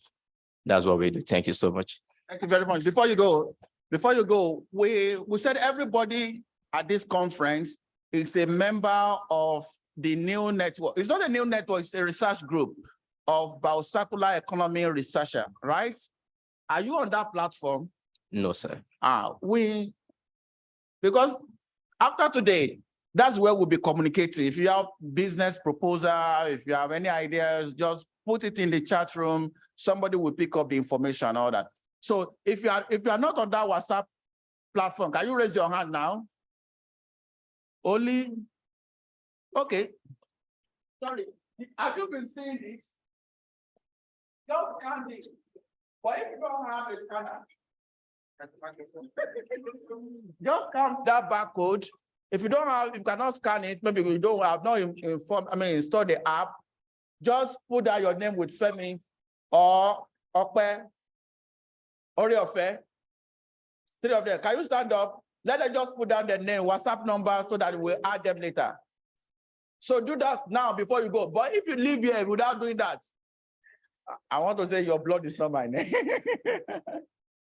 I'm not responsible again. Yes, thank you. But otherwise, give us your number now, at least so that we all have your number. 080. Okay, 070 070 62 62 70 70 72 72 48. 48. Your name again? Abdurrahman, Muftaw Abdurrahman. Abdurrahman. Muftaw. Muftaw. Yes, sir. Okay. Thank you very much. A round of applause for him. And for any other inquiries, you can send us an email on the RITA-Y-SWEP@cgiar.org. Okay, we have your number. We can shut you up and say other things. I think WhatsApp is IITA-Y-SWEP. Yes. -Y-SWEP.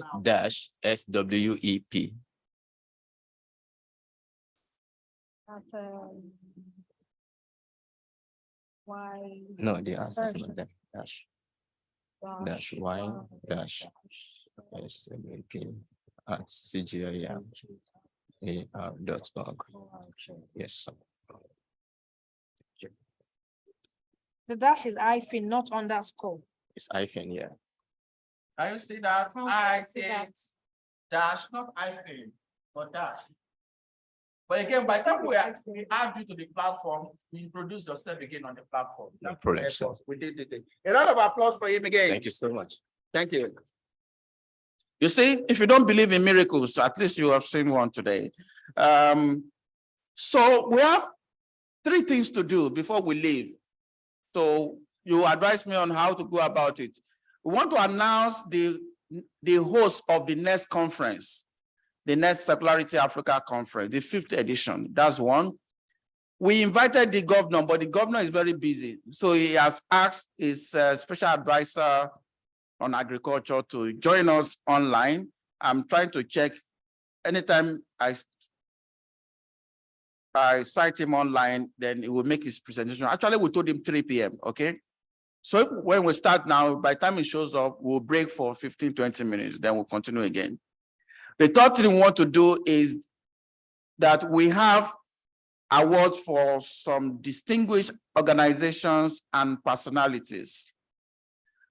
We will not give you the type of award they have won yet, but we'll ask all of them to make presentation. 4 of them are in the room already, but the 5th person is from Ghana. So I will prompt him to join at some point. So Professor Ladokun is looking at me. Can I see Professor Moreni? Okay. Yes. Yes, thank you very much, man. So since Professor Ladokun is looking at me like that, we will start with, may I invite the people from Professor Ladokun? Can you come forward, please? A round of applause for her. Oh, very well, our next host.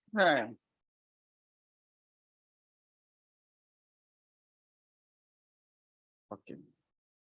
So the Lead City University, Ibadan, will be hosting the next I'm not saying biocircular, the next Circularity Africa conference. So Prof, maybe you want to introduce your team, then I will share the screen.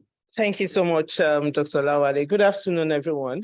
We're glad to be here. I was here yesterday at the opening ceremony. I have with me the head of computer science, Dr. Wilson Sapere. Please join me on the podium. The head of civil engineering department, Engineer Kolade. I have here also the head of physiotherapy department, Dr. Fade Adepoju. I have Dr. Ogunlaja, he's the head of the chemistry unit. I have Mrs. Sarah Oni, wow, chemistry unit. Now I have also here a biostatistician, Mr. Tunji Akoni. So we're glad to be here, and like he announced, we'll be hosting the 5th Circularity Africa Conference next year by God's grace at Leeds City University. So I want to warmly welcome you all to our beautiful campus. I'm sure it will be the first time for many of you to view and to be on campus. Most people think it's just 1 or 2 buildings with white walls and blue roof. Yes, where they're coming from Lagos and entering Ibadan. But I want to assure you that it's more than that. So you're welcome, and I'm looking forward to see each and every one of you next year, God willing, and even more. So please come with all your innovations. I was even chatting with a colleague. I said, next year, I want to see your products on exhibition. So we are glad to host you, and please feel free, get in touch with him, and we want to warmly welcome you in advance. Thank you. Okay, I just wanted, Prof, before you go, I wanted to tell them the date, though they can see it on the screen. The dates, so save the date. It will be May 6 to 10, 2024, by God's grace. And again, it will be hybrid, but we want more people to be on site. So, and the theme is Advanced Environmentally Sound Management of Chemicals and Waste in Africa. So that would we have chemists here. Yeah, I guess that one, that informed the number of the different people. But one thing that is also, maybe you cannot hear me. Okay. One thing that's also interesting about Leeds City University, I just asked her yesterday if he can come with some other people. You know, as a leader, you are not a leader if you don't have people you are leading, all right? So I believe that even when you say you are a leader, there should be some people that you can say, oh, these are my people. So I said, can you invite some people? And then despite the fact that they have some challenges with transportation, you say, we are having challenges with transportation, but we will still come. I mean, that encourages me.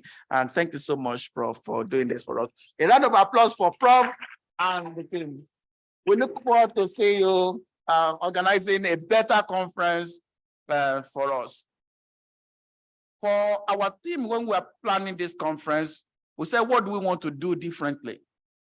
We promise ourselves we want to make it bigger, better, and more impact.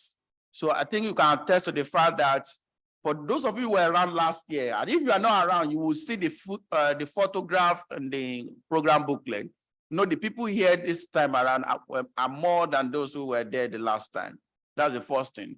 We also want to make it better, okay? We say, how can we make it better? We want to create an international aura around the conference. So we said the best place to be is IITA, where you enjoy the facilities. I know you are accessing the internet freely, okay? Because we paid for it. So if you are not accessing internet, we are paid for it. Don't let us lose in that area. Okay. So IITA guest is the internet, is the Wi-Fi you can use at least for the next 2 hours that you'll still be here. We also said we want to make more impact. By that, we said for the first time, we create a session for exhibition. And you see today, the exhibitors are the ones that have been talking and showing us what they can do. Because of what I want to do. When I was taking up the job as a researcher lecturer, I said, what will I be doing differently? Is it just to sit in classroom, teach, become a professor, retire, and just go. I mean, we don't impact.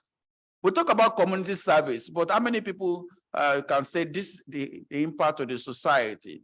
So we want to be different, and that's why we have this initiative that is driving that progress. So thank you very much, and we welcome you to Lee City University come May 2024, by God's grace. The next thing we want to do, I will now call on the awardees to please come close. One of them is already here. I mean, two of them are already in front. If you know you are awardees, you have been communicated.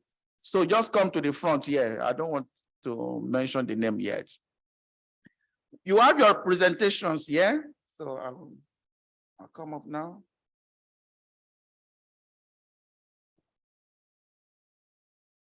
So I'll just check the presentation list and we'll go by that order.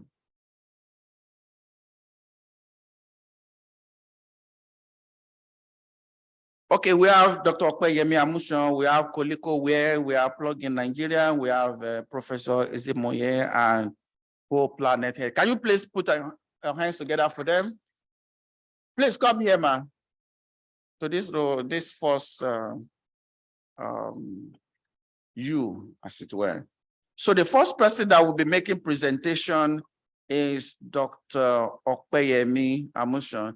He will be telling us his contribution to circular economy. And we will now know whether he deserves the honor or not. You're welcome.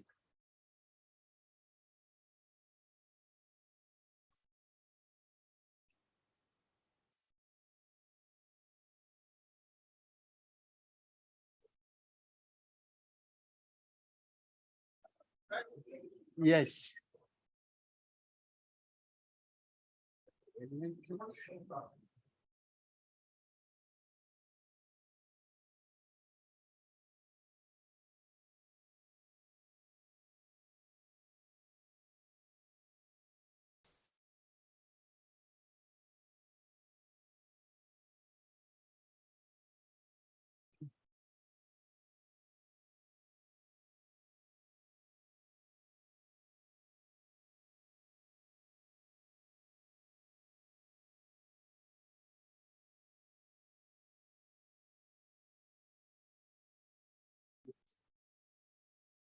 You can just use this.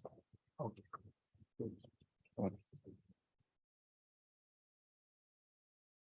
Yeah.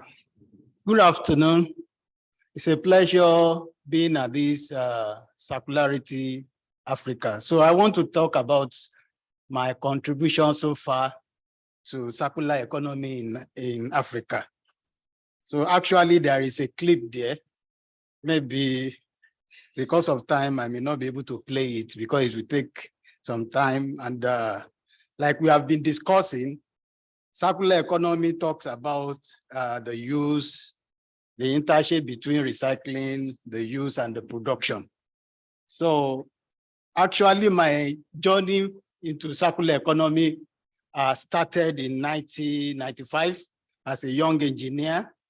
I was employed at AG Leventis, the vehicle production yard in Monia here. So it was so, I was so happy when this offer also came that I'm coming back home. So we had a challenge there, a lot of iron metals that are wasted, and it's causing nuisance and problem. So as a young engineer, I just walked up to the production manager then. I told him there is something I can do with it. We are short of office spaces. So people are just cutting in the sun because there are a lot of, we are almost about 5,000 people working there. So we are short of office spaces, workshop. So I have to join. That's why I put my engineering, all the things I learned in the school to practice. I remember every night when I come back home, my parents would be saying, "What is that? You want to?"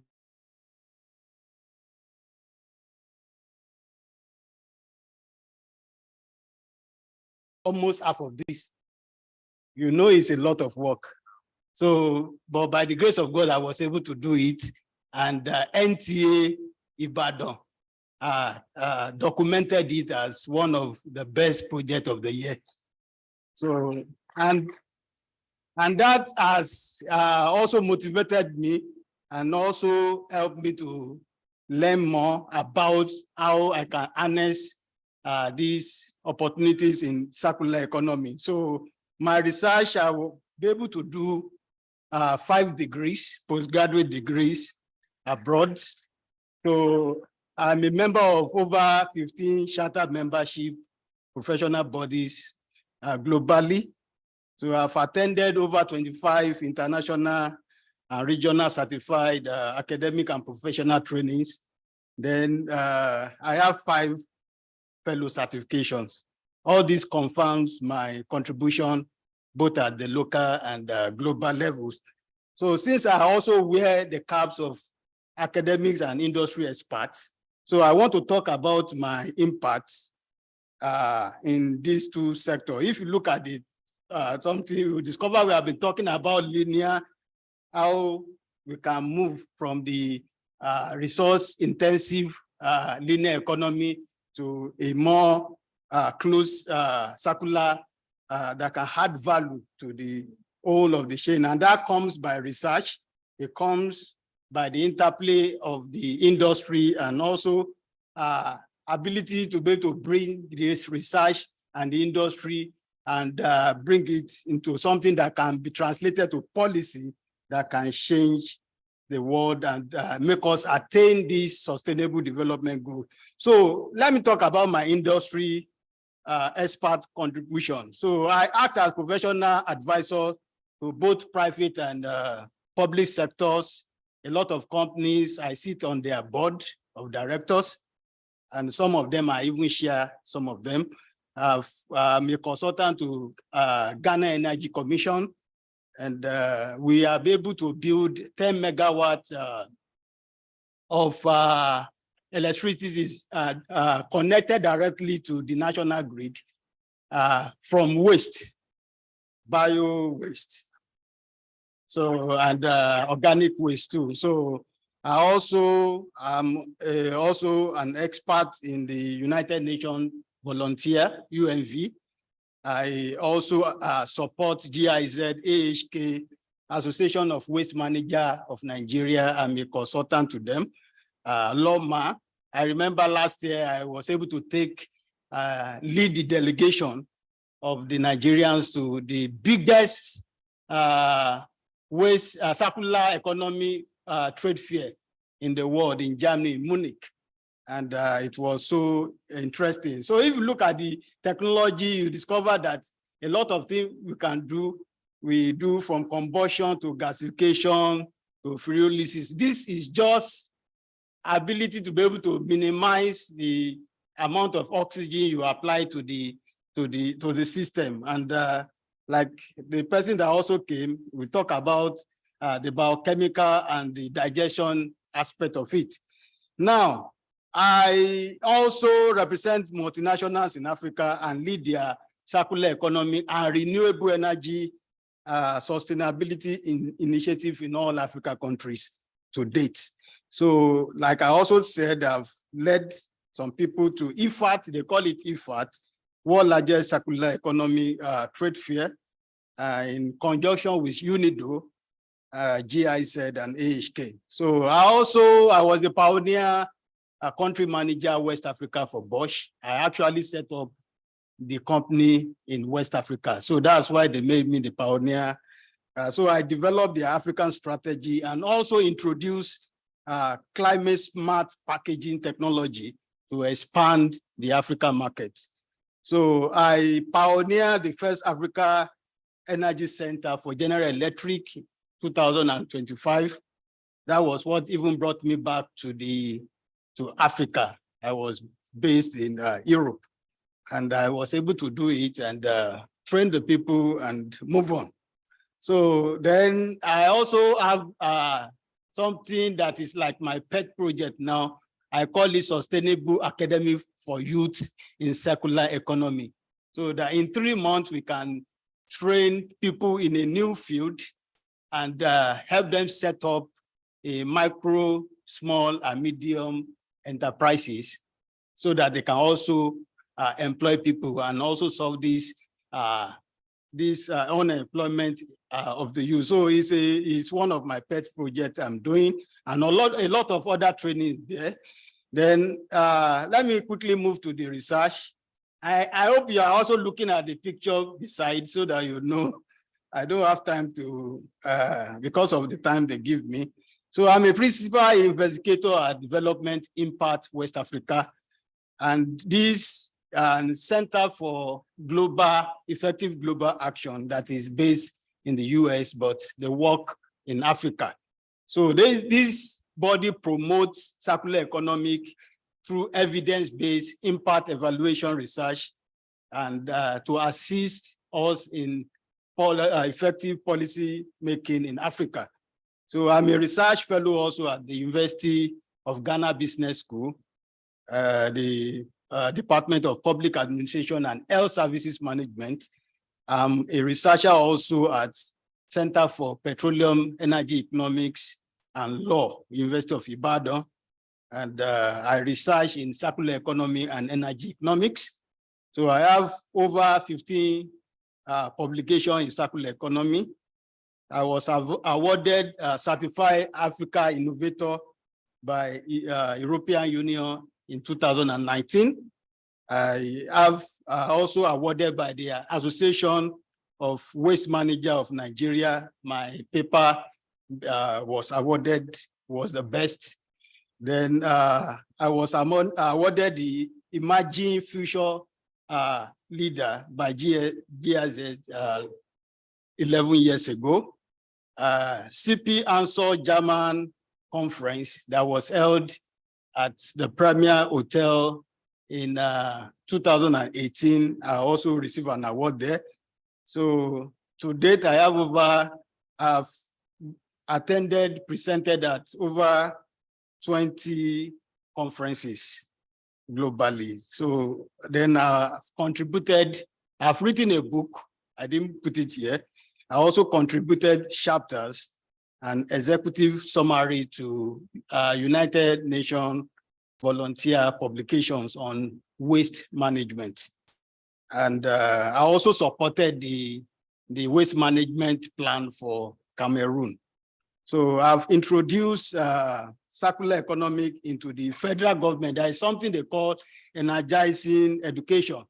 So I'm trying to put in, see how we can also put, because they focus more on the solar energy. So I am the one that is introducing waste to energy. So you can turn the waste in the campus to electricity, since we have a lot of waste and we are short. So that's it. You can see some of the projects I'm doing. The one in Ghana is shown here. This one. So that is one of the director of the Energy Commission that we are there together. And some of the researches, you can see that I go to the field, and all these things are addressed at achieving realization of the Sustainable Development Goal. So the result has been a global impact that cuts across food security, health, increased income, clean environment, even energy security. And in conclusion, I want to appreciate the Images Initiative Board of Trustee and all that voted and recommended me for this award.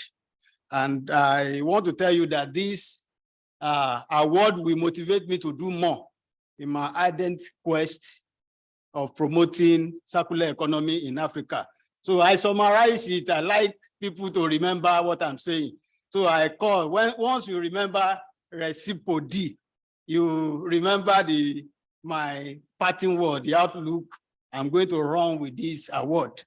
Number one, I will increase my effort in reducing process waste, encouraging recycling, developing market for recycled materials, investing more in infrastructure, promoting reuse, optimizing life cycle through alternative consumption, and design better product and improve collection. So I want to thank you for the opportunity.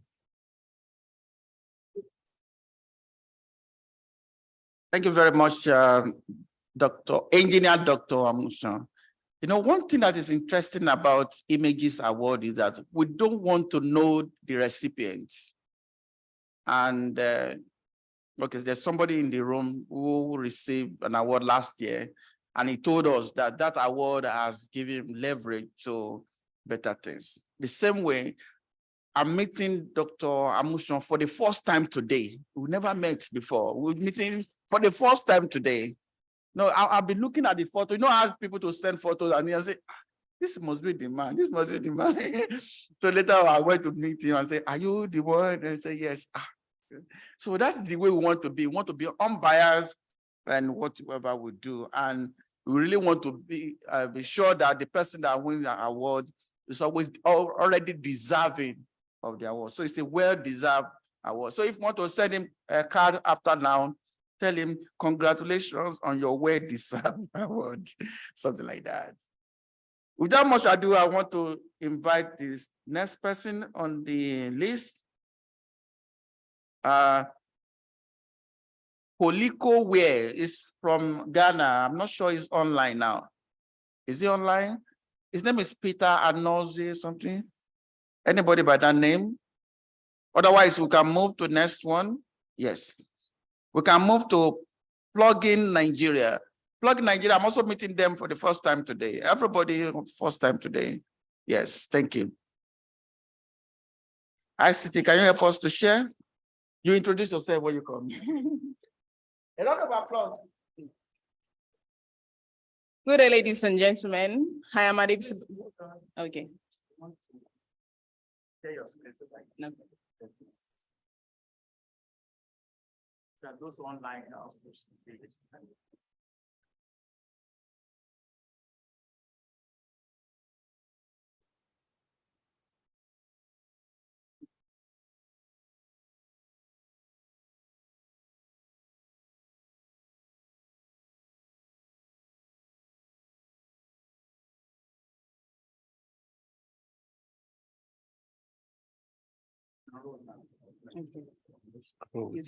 Yeah. Okay. Nice one. Okay. Good day, ladies and gentlemen. Hi, I'm Adib Sibalikis Musrayo, representing Plugin Nigerian Club. Plugin Nigeria started just like any NGO in the campus of Obafemi Awolowo University with just 17 pluggers. But what set them apart was the sheer will to see an environment that is cleaner and more sustainable. Our vision is to see people in clean communities, and our mission is to promote a culture of sustainable waste handling and physical fitness, whereby our mantra goes that, come on pluggers, we keep it to keep clean. And so far, we've been able to run these with various initiatives, which include the plugin episode, Green Switch Academy, end of year campaigns, and eco-literacy on our social media handles. Our plugin episode, we started with 17 volunteers, but now we can vouch that we've had 1,300 pluggers around 26 campuses all over Nigeria and 4 local communities. We've been able to organize 396 plugin episodes, cover this distance of about 600 kilometers in 600 hours, and recovered more than 15,000 bags of recyclables. Through our plugs, we created awareness and modeled the need for clean spaces to students and people who engage. We believe that students and youths alike should be models for others to emulate. The Green Switch Academy, we felt plugging episode is never enough. That's why we need to reach the world better. So we organized a monthly academy for everyone alike, not just you this time around, anybody interested in sustainable environmental sustainability. It's a 7-day program where people are being taken through different aspects of environmental sustainability, which includes taking them through upcycling, taking them through the environmental laws, taking them through climate change talks, and organizing debates, sustainable debates, where they come together to discuss on the way forward, while also infusing whatever is going on at that moment. More or less, like there is an issue going on in town, probably there is COVID, we try to tailor the academy to whatever is going on at that moment and discuss various topics on it. Then we found that was not enough still. We started a 14-day end of year campaign. We know the festive season is usually filled with merriment, where everybody just wants to spend. We felt if we keep spending, there is no caution.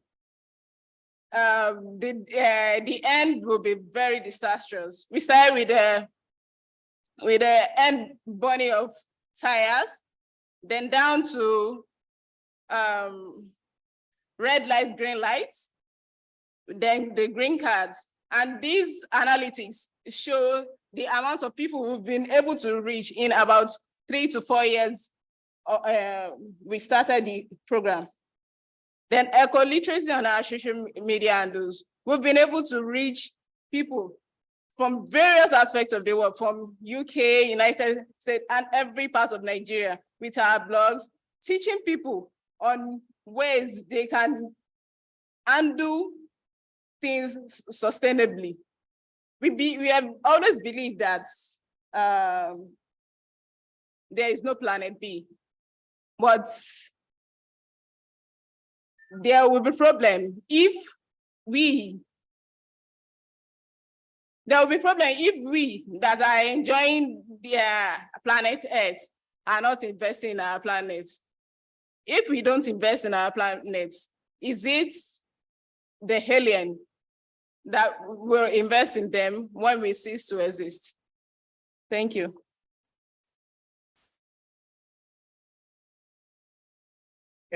Another round of applause for Plug-in Nigeria.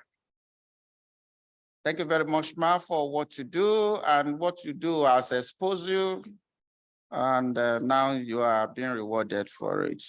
Thank you.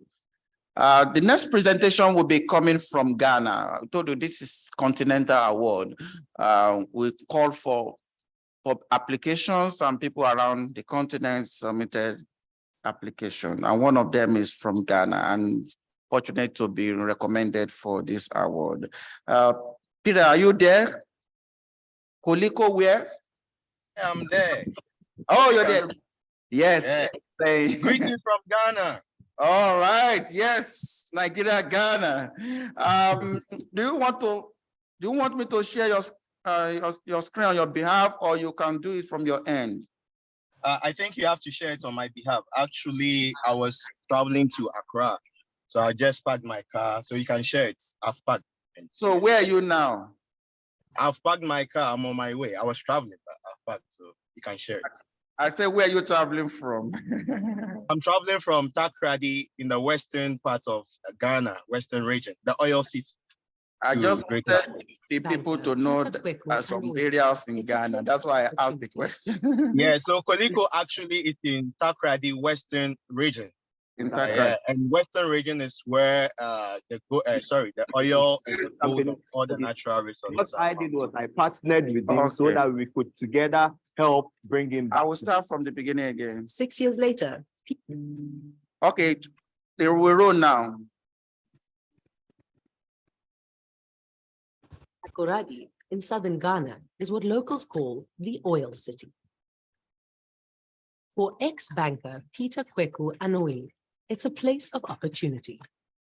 I was working in a bank, and I came on a holiday to see my family in Takoradi, and I chanced on an old school mate who is into shoemaking, whose company was folding up. So what I did was I partnered with him so that we could together help bring him back to business. 6 years later, Peter and his friends' social enterprise, Colix Venture, has established a successful shoe brand called Koliko Wear. Our favorite design that really hits the market is our Koliko Chelsea boots. And this one is made out of waste woolen fabric. The inside too is woolen. The base or the sole is made out of car tie. That makes it more durable for people to use. In fact, all of Peter's shoes are made from recycled materials. Around 15 million used garments are exported to Ghana every week, and much ends up in landfills. Most of us don't even think about textiles waste, the harmful they cause to human race and our environment in general. We are always unsure, so we are more particular about this rubber, this plastic waste. But textile waste too is very harmful, and they take no less than 200 years for them to decompose, which causes great harm to the environment. So Koliko Wear decided to use waste materials or recycled materials so that we can help the environment to be safe by also contributing to the recycling sector. Peter sources recycled jute sacks and cloth from the local market and secondhand shops. This is one of the shops I pick my raw materials from in the manufacturing of our shoes. These are imported to Africa, and they are all waste materials. And we use these materials in a way of protecting the environment and also giving financial assistance to the supplier. Peter says it takes 3 hours to make a shoe from start to finish. Depending on the design you want to do, you mark it on the material or the fabric that you intend using in making the footwear. From there, you go to the gluing side. That's the next stage. You glue both the outer side and the inner side together. Then you take it to the sewing station. His company currently employs 5 locals, including a couple of apprentices, to produce an average of 50 pairs of shoes every month.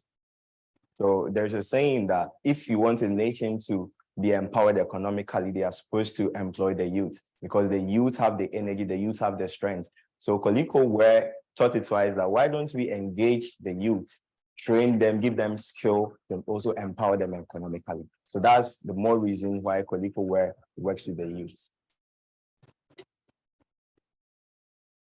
But what I would tell all the young designers is we should be more innovative. And also whatever we are doing, we should think about environmental protection, because if we destroy the earth, our next generation wouldn't have anything called the earth. So whatever we are doing, we should think green, we should think about circular economy. Sustainability is at the heart of Colix Ventures and a growing number of projects on the continent, as architects and designers turn to local materials to solve local problems. Yes, a round of applause for Peter. Yes, Peter, thank you for this presentation, but do you want to say something? Maybe apart from what we already said. In southern Ghana is what locals call. Okay, thank you very much for the opportunity given. And even shortlisting Colix Ventures into this August Awards. We are very grateful, and we want everybody, we want the whole world to always rally behind circular economy business, especially the young startups, because we are the future of the world. You know, right now, if we are not able to manage the little resources we have, the whole world will go bad, and we don't know what we would have for our next generation. So I thank you and all the organizers too. I wish you well, and I hope that we'll keep on supporting young economy. Thank you very much. Yeah, thank you very much again, Peter, and your colleagues. We know this is a partnership venture. Unfortunately, the person that received this award last year is here, because one of the things we tell them, we don't ask, no, are you familiar with some award? They will say, pay 150,000. I receive that almost all the time. We have nominated you for this, pay to this account and come. You know, 419 people. This is the only award I'm familiar with, because I'm the one in charge, that we don't want to know the people involved. You just ask people, and even it's worse that we say you cannot nominate yourself. So if you nominate yourself, you are disqualified automatically. So it's one way that one thing we have put in place to check what people can do to manipulate this process. And as I was saying, the person that won this award last year is here, and it will be the one to hand over to you. All right. Maybe while he's doing that, he will say something about his own experience. So the name of his company is Tamela Tea, Tamela Food and Tea. Can you come up there? Let's clap for him. So this award is being received on your behalf by him and to be presented to you. And let me do it symbolically. Can somebody volunteer to receive this award on behalf of Peter? Anybody? A male, preferably. Yeah, because it's a man. Okay, just come up. So he will say something about his own experience last year. Maybe now he's now a grandpa or a father. No, maybe a father, not a grandpa. Yes, by next year will be a grandpa in this case. So go ahead, sir. Good afternoon, Mr. Peter. Greeting you from Nigeria. And I will tell you Akwaba. Thank you. My last time in Ghana, I was at the Accra airport, and there's almost no difference between your airport and Atlanta airport. Oh, that's nice. You see whites now taking pictures in Accra airport. It's so lovely. So I'm so happy that you are a recipient, and we have a lot of things in common. My honeymoon was done in Ghana, and we're using local resources to solve local problems, and we're aiming for international presence. The same thing is what you're doing, local resources, solving local problem, and your footwear, Coleco wear is going international. We are circular in our thoughts. Circular economy is what we breathe. Before we generate waste, we've thought of what are we going to do with the waste and stuff like that. So for the award, when I got it, when we won it last year, we were happy. I said it the other time, it was the first recognition we got. It's like you're just putting us on a Rolls-Royce engine, and we just started running. We increased our capacity. We recruited more people. We're trying to expand our production line. And above all, we secured our NAFDAC license and everything. Everything was just coming in at the same time for us. In fact, something happened sometimes last year. I look at the roof of the entire factory. I said, let's remove it again. We're an international award person that, you know, and we put it in our social media handles, our websites and the likes of them. So Mr. Peter, I'm excited to say congratulations. Thank you. Another feat for you to achieve higher and higher and higher in life by God's grace. I'm happy that I saw that CNN had already done a documentary for you. You will do documentary on your success by God's grace. Thank you. You're welcome. So on your behalf. Frank, come. Yes, thank you for receiving it on his behalf too. Yes. Peter, we need to find a way to get it to Ghana, right? So how do I get my award? I'm already excited. You are not satisfied with the photo and the handshakes, right? Yeah, I wish I was behind or I was present. Oh, no, don't worry. We'll try to get it across to you. But the responsibility to you now is that since your successor has handed over to you, you need to be in Nigeria next year to hand over to another person, right? That's good. We don't know where the person will come from, whether from any other part of the continent or Nigeria. So again, thank you very much. We'll discuss later on how to get your award. I mean, the plan. Thank you very much. Enjoy your trip and say to people. Aye. Thank you. Bye-bye. You may leave if you want. I'm leaving. Yes, please. The next is Professor Ezimoye. We have people from the university. He's the Vice Chancellor of Igbinedion University. I know they will say it when it comes. You start coming. I've also never met this person before. Let me say this, apart from Dr. Amushon, this is the second overwhelming nomination that we had. And First, after the people that contacted us or nominated, I sent the mail, the person didn't reply. So I now went to all the people that nominated.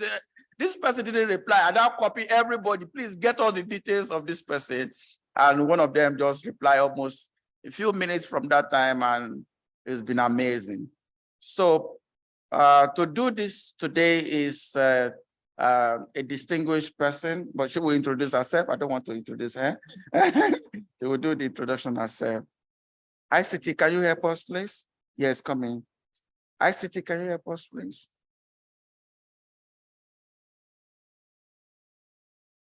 Or maybe I can do it, I don't know. This picture needs to come up. Or it's hiding by this corner. Can you help us? Yes. No, that's the one we sent. Yes.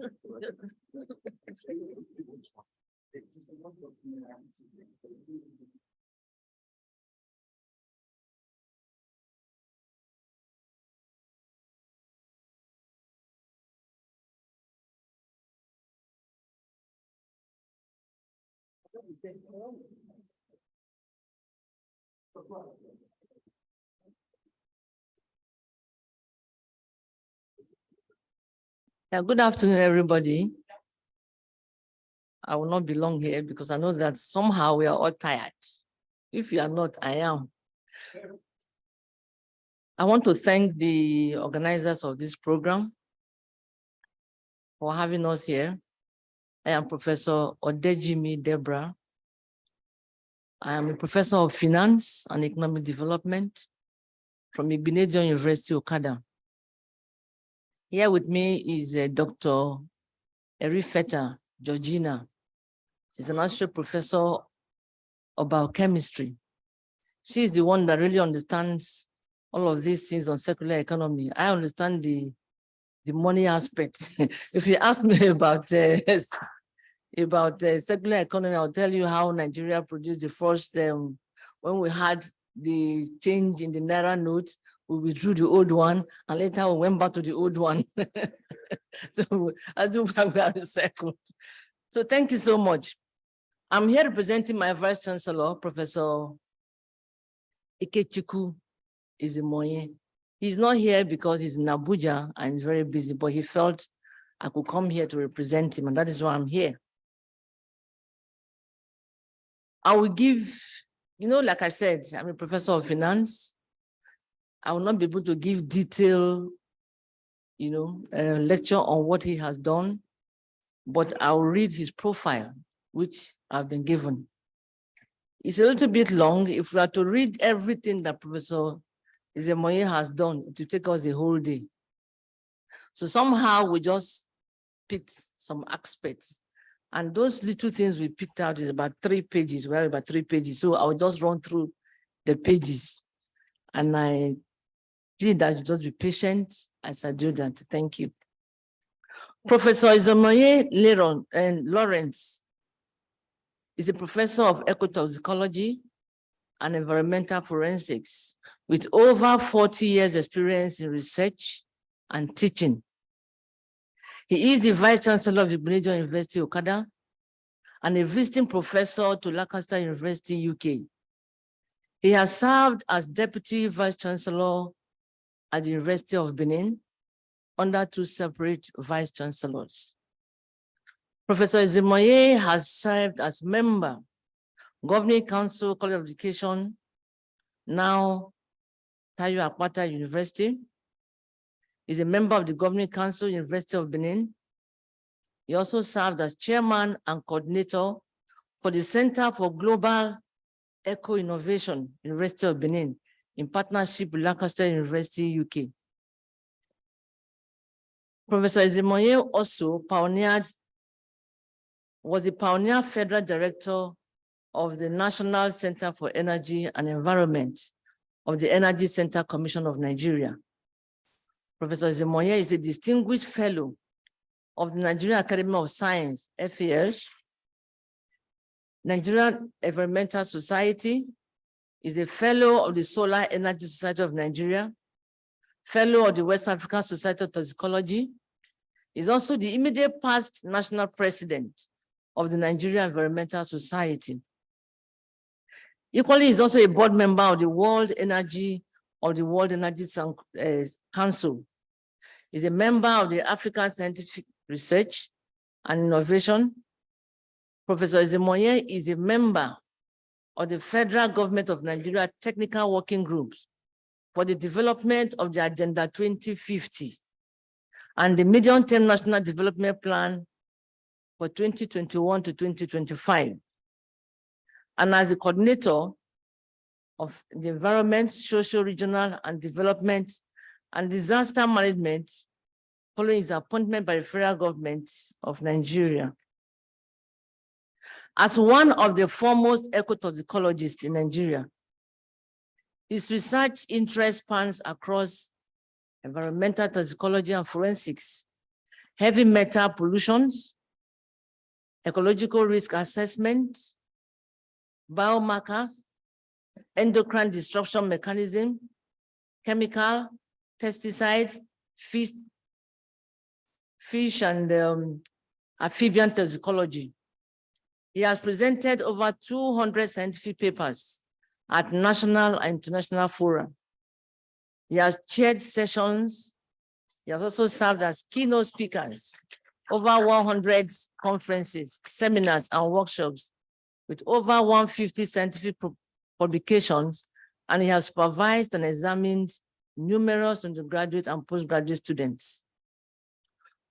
Professor Ezemoye is a recipient of the Next Ford Foundation Research Award, World Bank sponsored Population Research Fund Project recipient, also the UNDP sponsored project awardee, NUC Research Grant awardee, Society for Environmental Toxicology and Chemistry Spotlight Award, IPED/UNEDO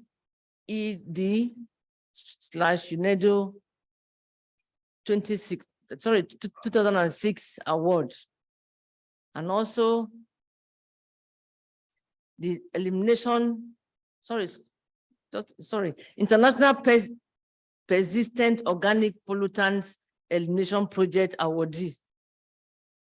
Interestingly, Professor Ezemoye's research team was awarded the ECOWAS Center for Renewable Energy and Energy Efficiency and ECOWAS Renewable Energy Facility and Project Award. In 2018, he was made the champion to popularize the African Union Network of Science by the African Union. Professor Ezemoye is also a recipient of the Japanese Society for Promotion of Science for the International Toxicology Symposium in Africa from 2012 to 2017. Professor Ezemoye is also the principal investigator for the Mega Recirculate Safe Water Circular Economy Project, funded by the Research Council of the United Kingdom and under the Global Challenge Research Fund in partnership with the University of Lancaster, UK, from 2017 to 2020. He is also a co-investigator in the British Council-funded Innovation for Africa University Network, also a co-investigator in Innovate, funded Energy Catalyst Project, EcoSmart. Professor Ezemoye is also a co-investigator and the Nigerian lead of Actuate, translated into the UK Research Project Grant by GCRF. Between 2019 and 2022 to date, Professor Ezemoye has received several grants from Global Challenges Research Funds under the QR Grant Scheme and QR Policy Support Fund. Professor Ezemoye has also been involved in several consultancy services for state and federal government of Nigeria and international bodies currently. He's also consulting for Edo State government on feasibility study on Edo State waste management infrastructure to drive private sector initiative He has also carried out several technical reports writings as scholar and ardent researcher on several national and international research projects, and has chaired several high committees at both local and international levels. He is currently one of Nigeria's representatives on the World Energy Council, UK. And I'm trying to jump. He's also a former national focal point with African Energy Commission, member of Nigerian delegates or delegation to the 21st World Energy Congress in Montreal, Canada. He has been to Vancouver, Calgary, Edmonton, etc., representing Nigeria as member of a delegation on the World Energy Congress. Professor Ezemoye has been decorated with over 50 awards and recognitions ranging from fellowships, awards of excellence, prestigious leadership awards, awards of honor, certificates of appreciation, meritorious awards, distinguished alumni awards, peace awards from institutions, associations, societies, and communities. Professor Ezemoye is married to Professor Mrs. Nkiru Ezemoye, who is a professor of water resources and hydrology, and are blessed with children. Sorry, this is his field. If I'm talking my field, I was just trying to cut because, like I said, it's a long one. But I want to thank you all. You can see that Professor Ezemoye has always been about the environment. When you come to Igbinedion University, Okada, what you see is our greenery, because he has now made all of us. You know, initially, before he came, we just gather our dirt and we burn grasses. When the grasses are grown, we burn just to, it saves you time from calling people to come and do the clearing. But when he came, he forbade us from doing that. You cannot be burning anything in the university ground. Both in the hostel area, what we do when you enter Igbinedion University, you just see the green environment. That is what he has inculcated in us. So now when I see somebody burning grass or burning tree or whatever, I feel bad because I know if my VC sees you, you know what is there. So I want to thank you all for listening. And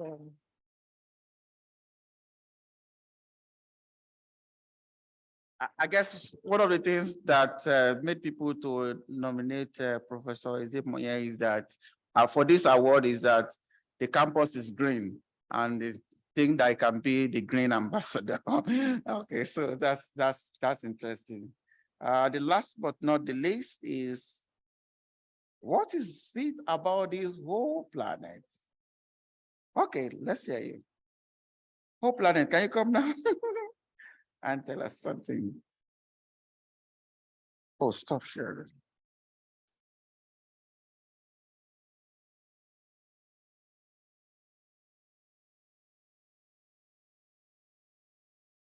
ICT, can you still hear?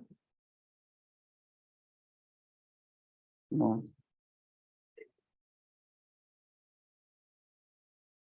Yeah.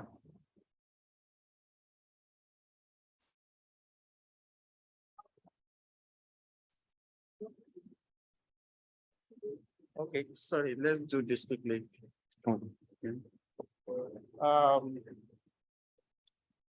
I have a quiz. Do you remember the name of the keynote speaker of yesterday? Who can tell me the name? Raise up your hand. Pardon? Dr. Victor Mayong, okay, Emeritus Director, East Africa region of IT.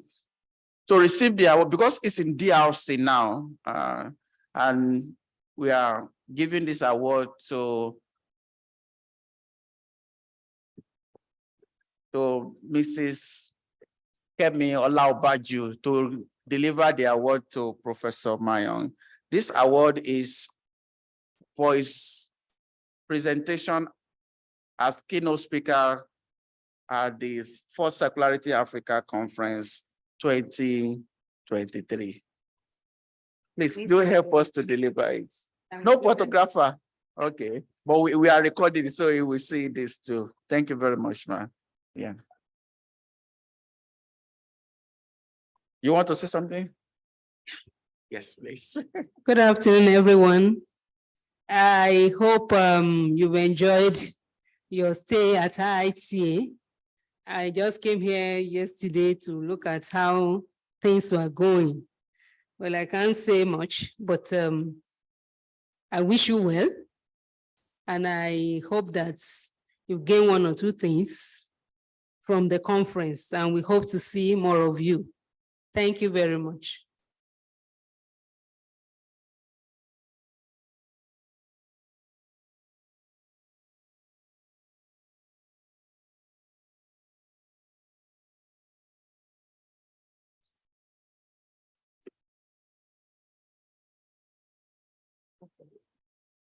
I thought we have overcome the unreasonable habits of throwing trash on waterways. Not until last week, when I was scrolling through my Facebook page and someone said, the best way she disposes our baby's diaper is through, trashing on, when it's raining, trashing on water channels. My name is Adibukola Margaret Adekola, and I'm a co-founder of All Planet Initiative. Why All Planet Initiative in the first place? It is not that we humans, we are so wicked to hurt the environment, but just that we are not just informed on how best to manage our environment. And how do we manage our environment better? We need to be informed and equipped with necessary information that will make us to relate with our environment sustainably. And that's better the idea of All Planet Initiative, getting people informed of the pros and cons of their actions.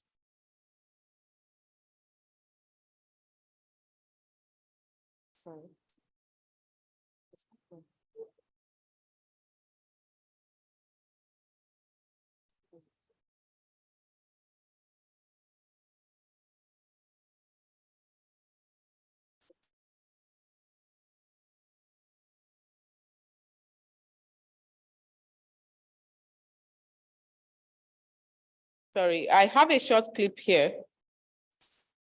Why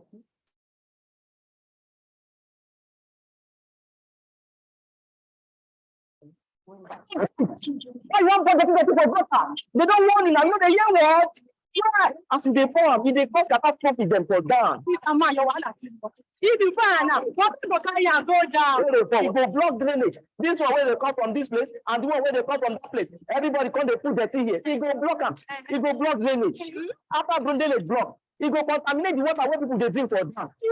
Not the only that too. If this thing block back, it go cause flooding. Not the only those people who dead down, the flood will affect. It will affect you, it will affect you, it will affect everybody.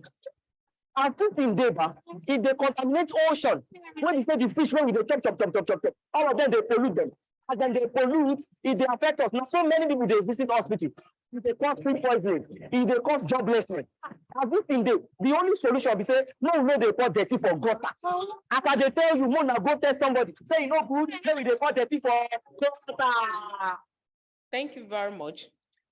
That's a clip from All Planet Initiative. We have it in different languages. So also we have similar projects on other unsustainable habits of we humans on the environment. Of course, we believe that collectively we can manage the environment. If someone is managing it and another person is polluting it, we are not going anywhere, and there's no planet B that we'll put to after destroying this planet. And what is our vision at All Planet Initiative? We want to rescue the planet from injury, saving lives and properties of all that exists. And we have our missions too. And what do we do? How do we achieve this goal of rescuing the planet, saving lives? We carry out research and advocacy. We manage hazards. We empower, we manage waste, we build people's capacity, and we also render consultancy service. And of course, you remember Robert Swan that says, the greatest threat to our planet Earth is the belief that someone else will save it. We are the inhabitants of the planet, and it is expected of us to manage it sustainably. No, okay. Okay.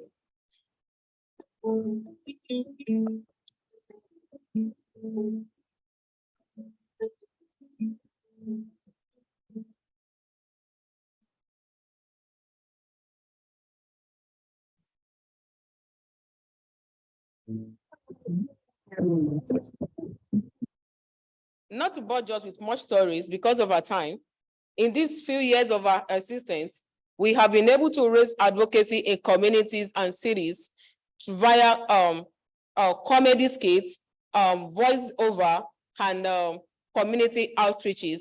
We carry out Catch Them Young from at schools, particularly secondary schools. And you remember it says that when you teach your children the way they should follow, when they grow up, they will not desist from it. Most of the unsustainable habits of we older generations of today is because we were not informed while growing up. So taking these children up in the best way to manage the environment is a good way to protect our environment.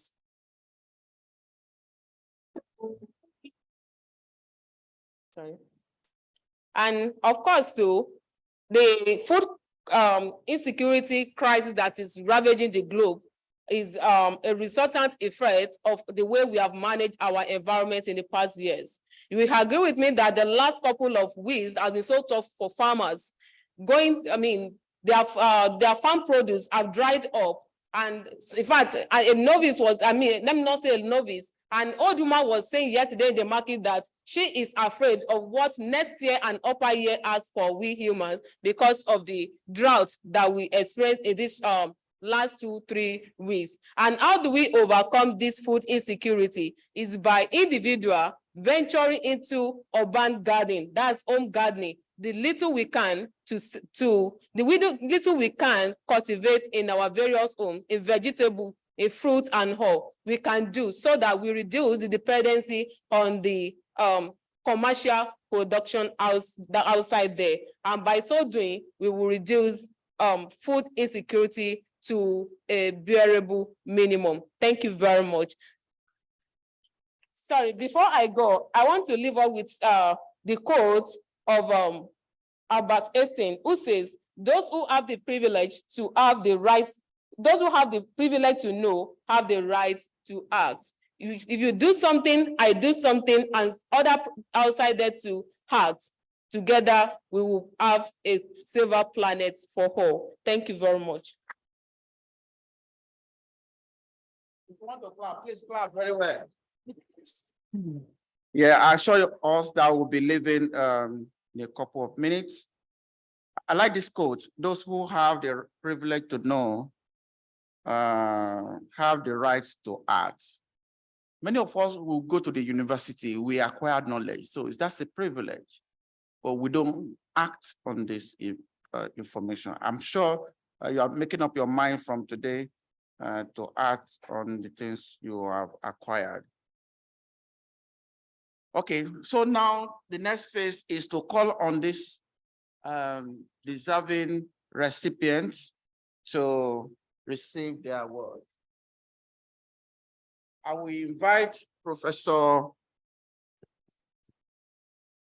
invite some people to give the awards. I'm not the one who will do the awards. Let me first of all invite Professor Olajumoke Morenikeji to come forward, please. A round of applause. Professor Morenikeji will give us, just tell 1 minute, introduce yourself. I don't want to introduce her, but she's amazing. We met for the first time on Tuesday, and since then, I don't want to leave her alone. That's why I invited her today. Thank you so much, ma'am. Good afternoon, everyone. Thank you, Dr. Laide, for the good works you're doing. We had the program from this fantastic initiative in Koladaisi University.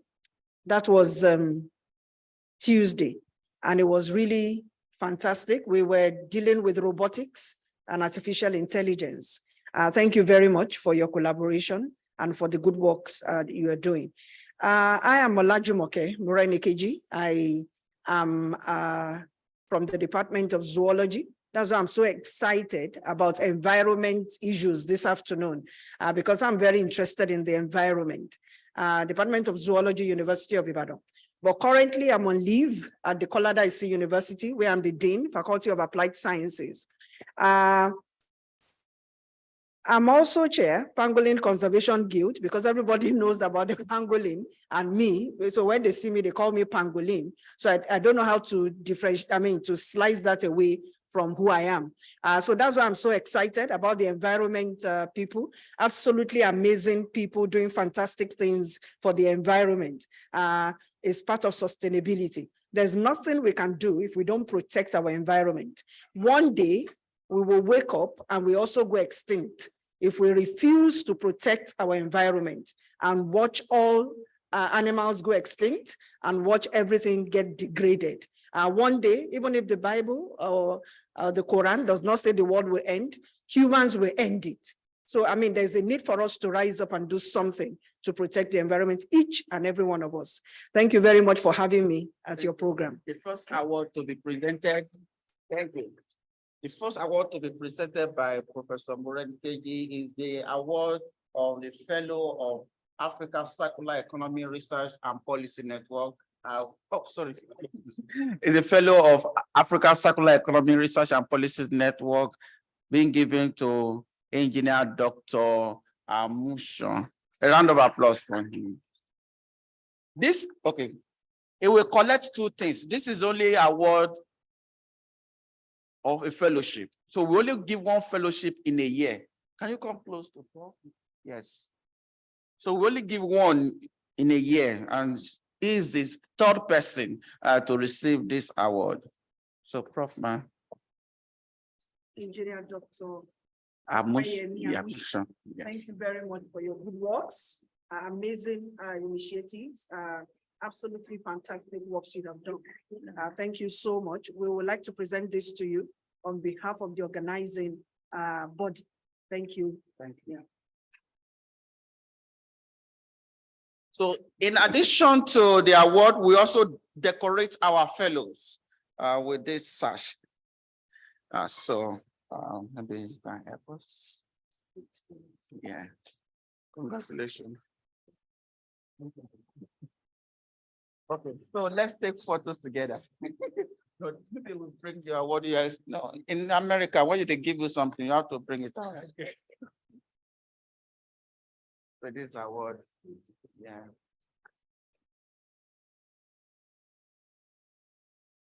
Can you do the last?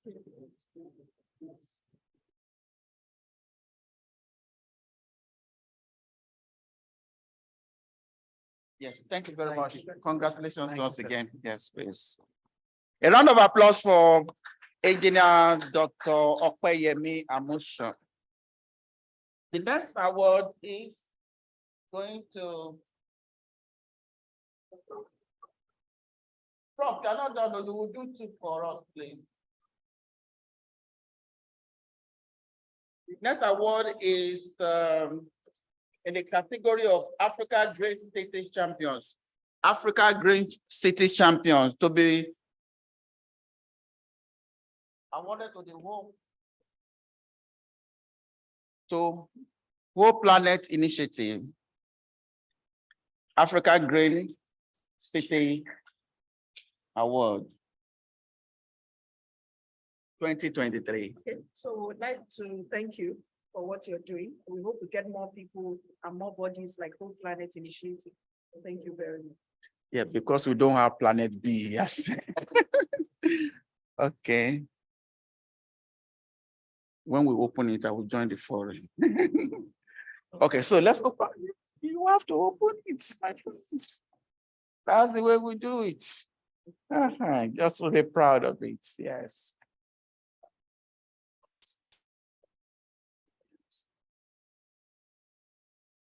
You can come to the center and take photo if you like. Yes, you don't have to be far away. Sorry. Okay.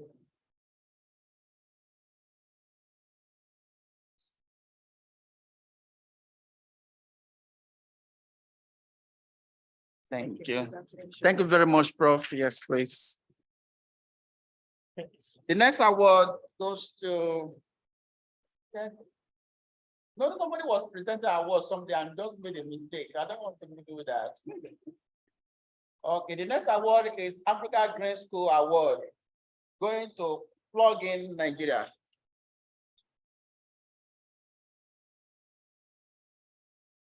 Africa Green School Award, going to Plug in Nigeria. I was wondering, what are you people plugging? But it's okay. And to be given by Mr. Oladipo. A round of applause for him.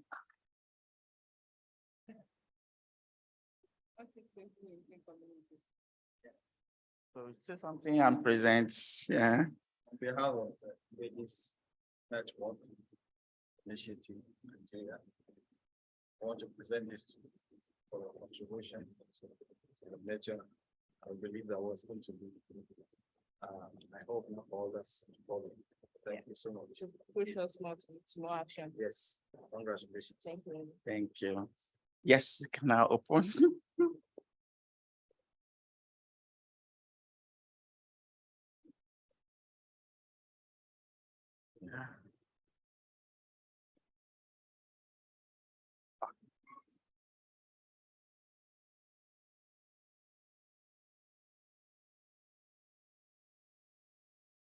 Thank you. Thank you. Yes, please. I think the last but not least, the award for Africa Green Ambassador Award going to, and to do that for us, somebody, let me invite the secretary of the LOC to do this for us. Miss Okpeyemi Odunola, please. Clap for her, she's been working extremely hard. So this award of African Green City, African Green Ambassador Award goes to Professor Lawrence Ikechukwu Ezemoye, the Vice Chancellor of Igbinedion University, Nigeria. Congratulations.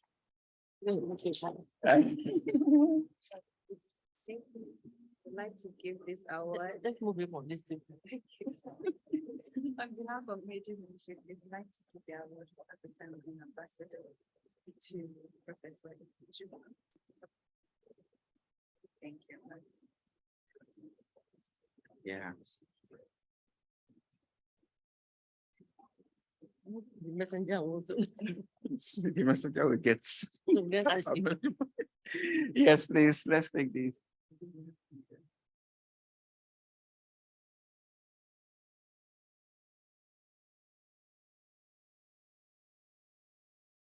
Yes, congratulations, man. Thank you. Yes.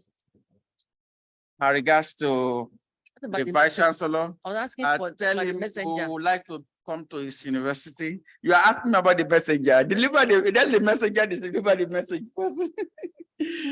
Then thank you. These people, I really want to appreciate it. They came in all the way from Igbinedion to receive this award for the Vice Chancellor. It's a big sacrifice. Thank you very much. We also have 2 certificates to present. We have a program that we call Africa Graduate Mentorship and Coaching Program. Through this program, we mentor university graduate students, masters, PhD, and postdoc on how to be the best researcher all around, not only in academics or publishing, but also living life that is worth living. We talk about work-life balance. So we teach them about work-life balance and also give them hard skills and soft skills. The first edition was the cohort of last year. And the committee decided that these 2 people should get the award. So I will now invite the awardees. It's actually awarded to both the Prof. Can you still do this for us, please? Professor Moren KJ, please. Because you are passionate about youth development. I know I told you Tuesday that we met, you just register a lot of things in me that say, now this is passion and this is how to go about it. So the award is a joint award of $100 each. and certificates. We convert the money to sponsor them for this conference. So that's what we do.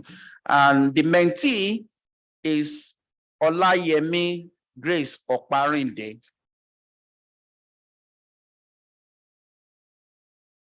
The first ever awardee of that award is actually Ambassador Ademola Oluseyi Onofowokun Award for Best Mentee Mentor 2022. Congratulations.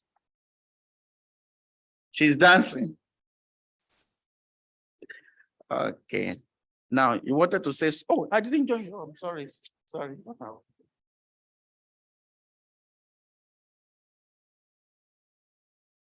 Okay. Now, you wanted to say something. Okay, don't go yet. Just stay by the side. And to receive the award for the mentor, let me call the Professor Ma, the other professor from Igbinedion University, to present this. The daughter of the professor is here. So, Prof, you can go now. Yes, please. Yes, Prof. Georgina, please, can you do this for us?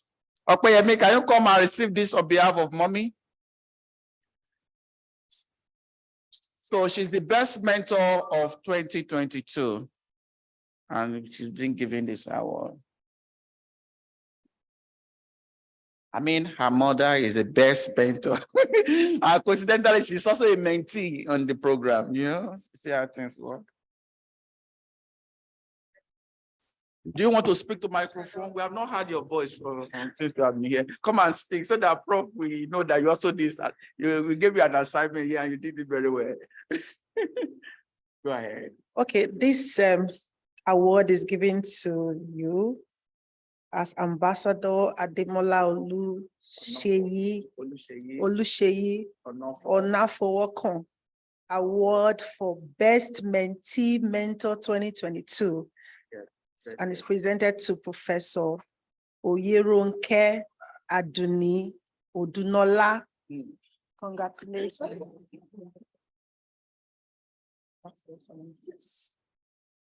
No, I think she should stay up. Yeah.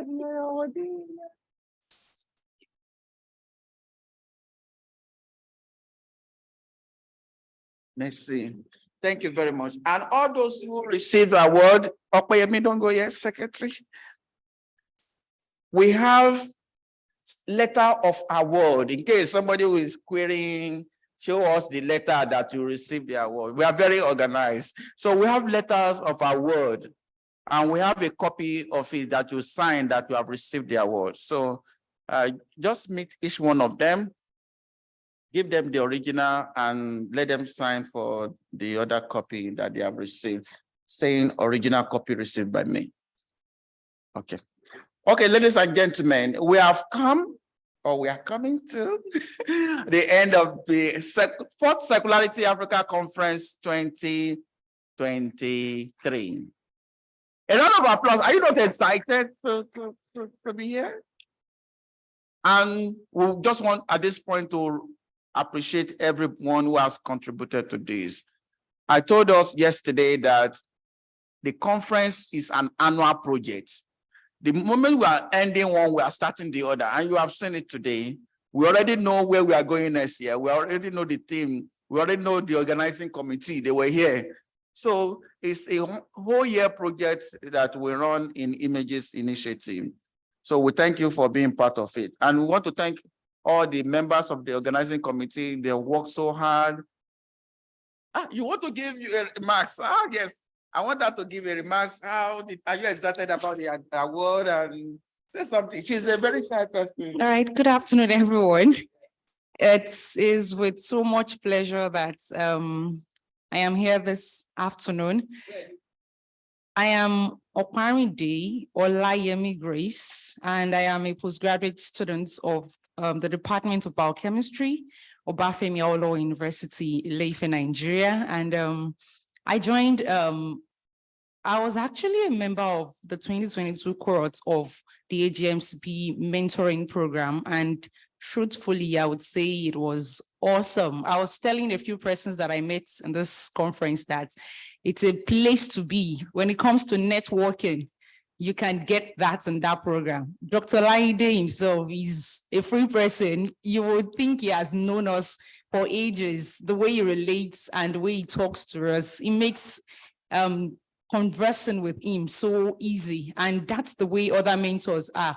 On behalf of my mentor for the program, in person of Professor Oyeronke Aduni Odwola, she is unavoidably absent for this program. She came yesterday, but she couldn't make it here today. But she sincerely appreciates Images Initiatives. She asked me to appreciate Images Initiative, especially appreciate the president of the initiative, Dr. Olawale Olaide, for the great work that you're doing, and also commend you for that which you keep doing. We say thank you for this award. We say thank you for giving this to us, and also to Ambassador Onofowoko. We are saying thank you on behalf of my mentor. We are saying thank you to him for giving this to us.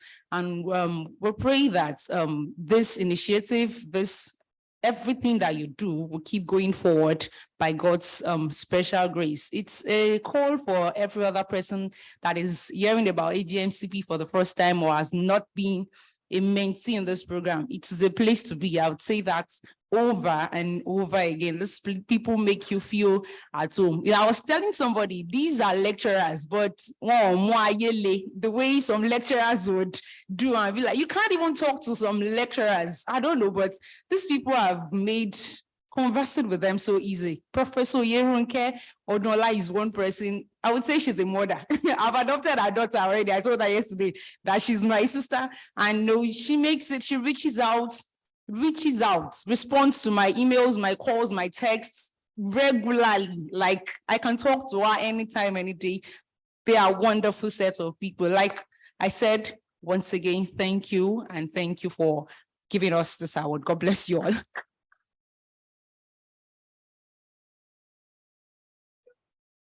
Yes, we need to talk about the cash here. All right. Somebody just asked a question online. The conference has not ended. It continues tomorrow, but we are not coming here. The program tomorrow will be online. It will be technical presentation. So get the link and join us from 9 a.m. tomorrow. So I guess Olajumoke, yes, Dr. Olajumoke Alabi will be online tomorrow using the same link. Okay, so I want to appreciate everyone. I think I shouldn't do this. Let me call a member of the committee. Yeah, the secretary, come and appreciate all of us now. Yes, thank you. Let's put our hands together for the secretary of LOC, Ms. Opeyemi Odola. Yes. Amazing.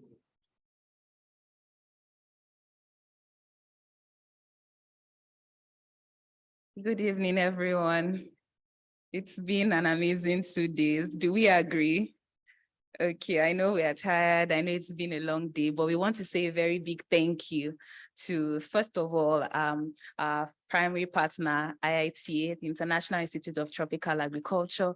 We want to say a big thank you for this partnership. We want to say a big thank you to all the schools represented. We want to say a big thank you to all the universities, Lead City University, Colada IC University. Thank you so much for being here. And every single person that is here. I might not be able to mention all the names, all the presenters online, on site, and everyone joining us online. Thank you so much for being there. We also want to say a big thank you to the scientific committee, and most especially the LOC committee. If you're here, can you just raise your hand or rise to your feet? Please rise to your feet. They've been working so hard since last year for this conference. We want to say a big thank you and God bless you. We meet next year at Lead City University for the 5th annual Circularity Africa Conference. Thank you very much. Okay, we commit it to God's hand for safekeeping and keep in touch. If you are not joining the WhatsApp platform, please endeavor to send us a message to add you or just scan the barcode and join. Bye-bye.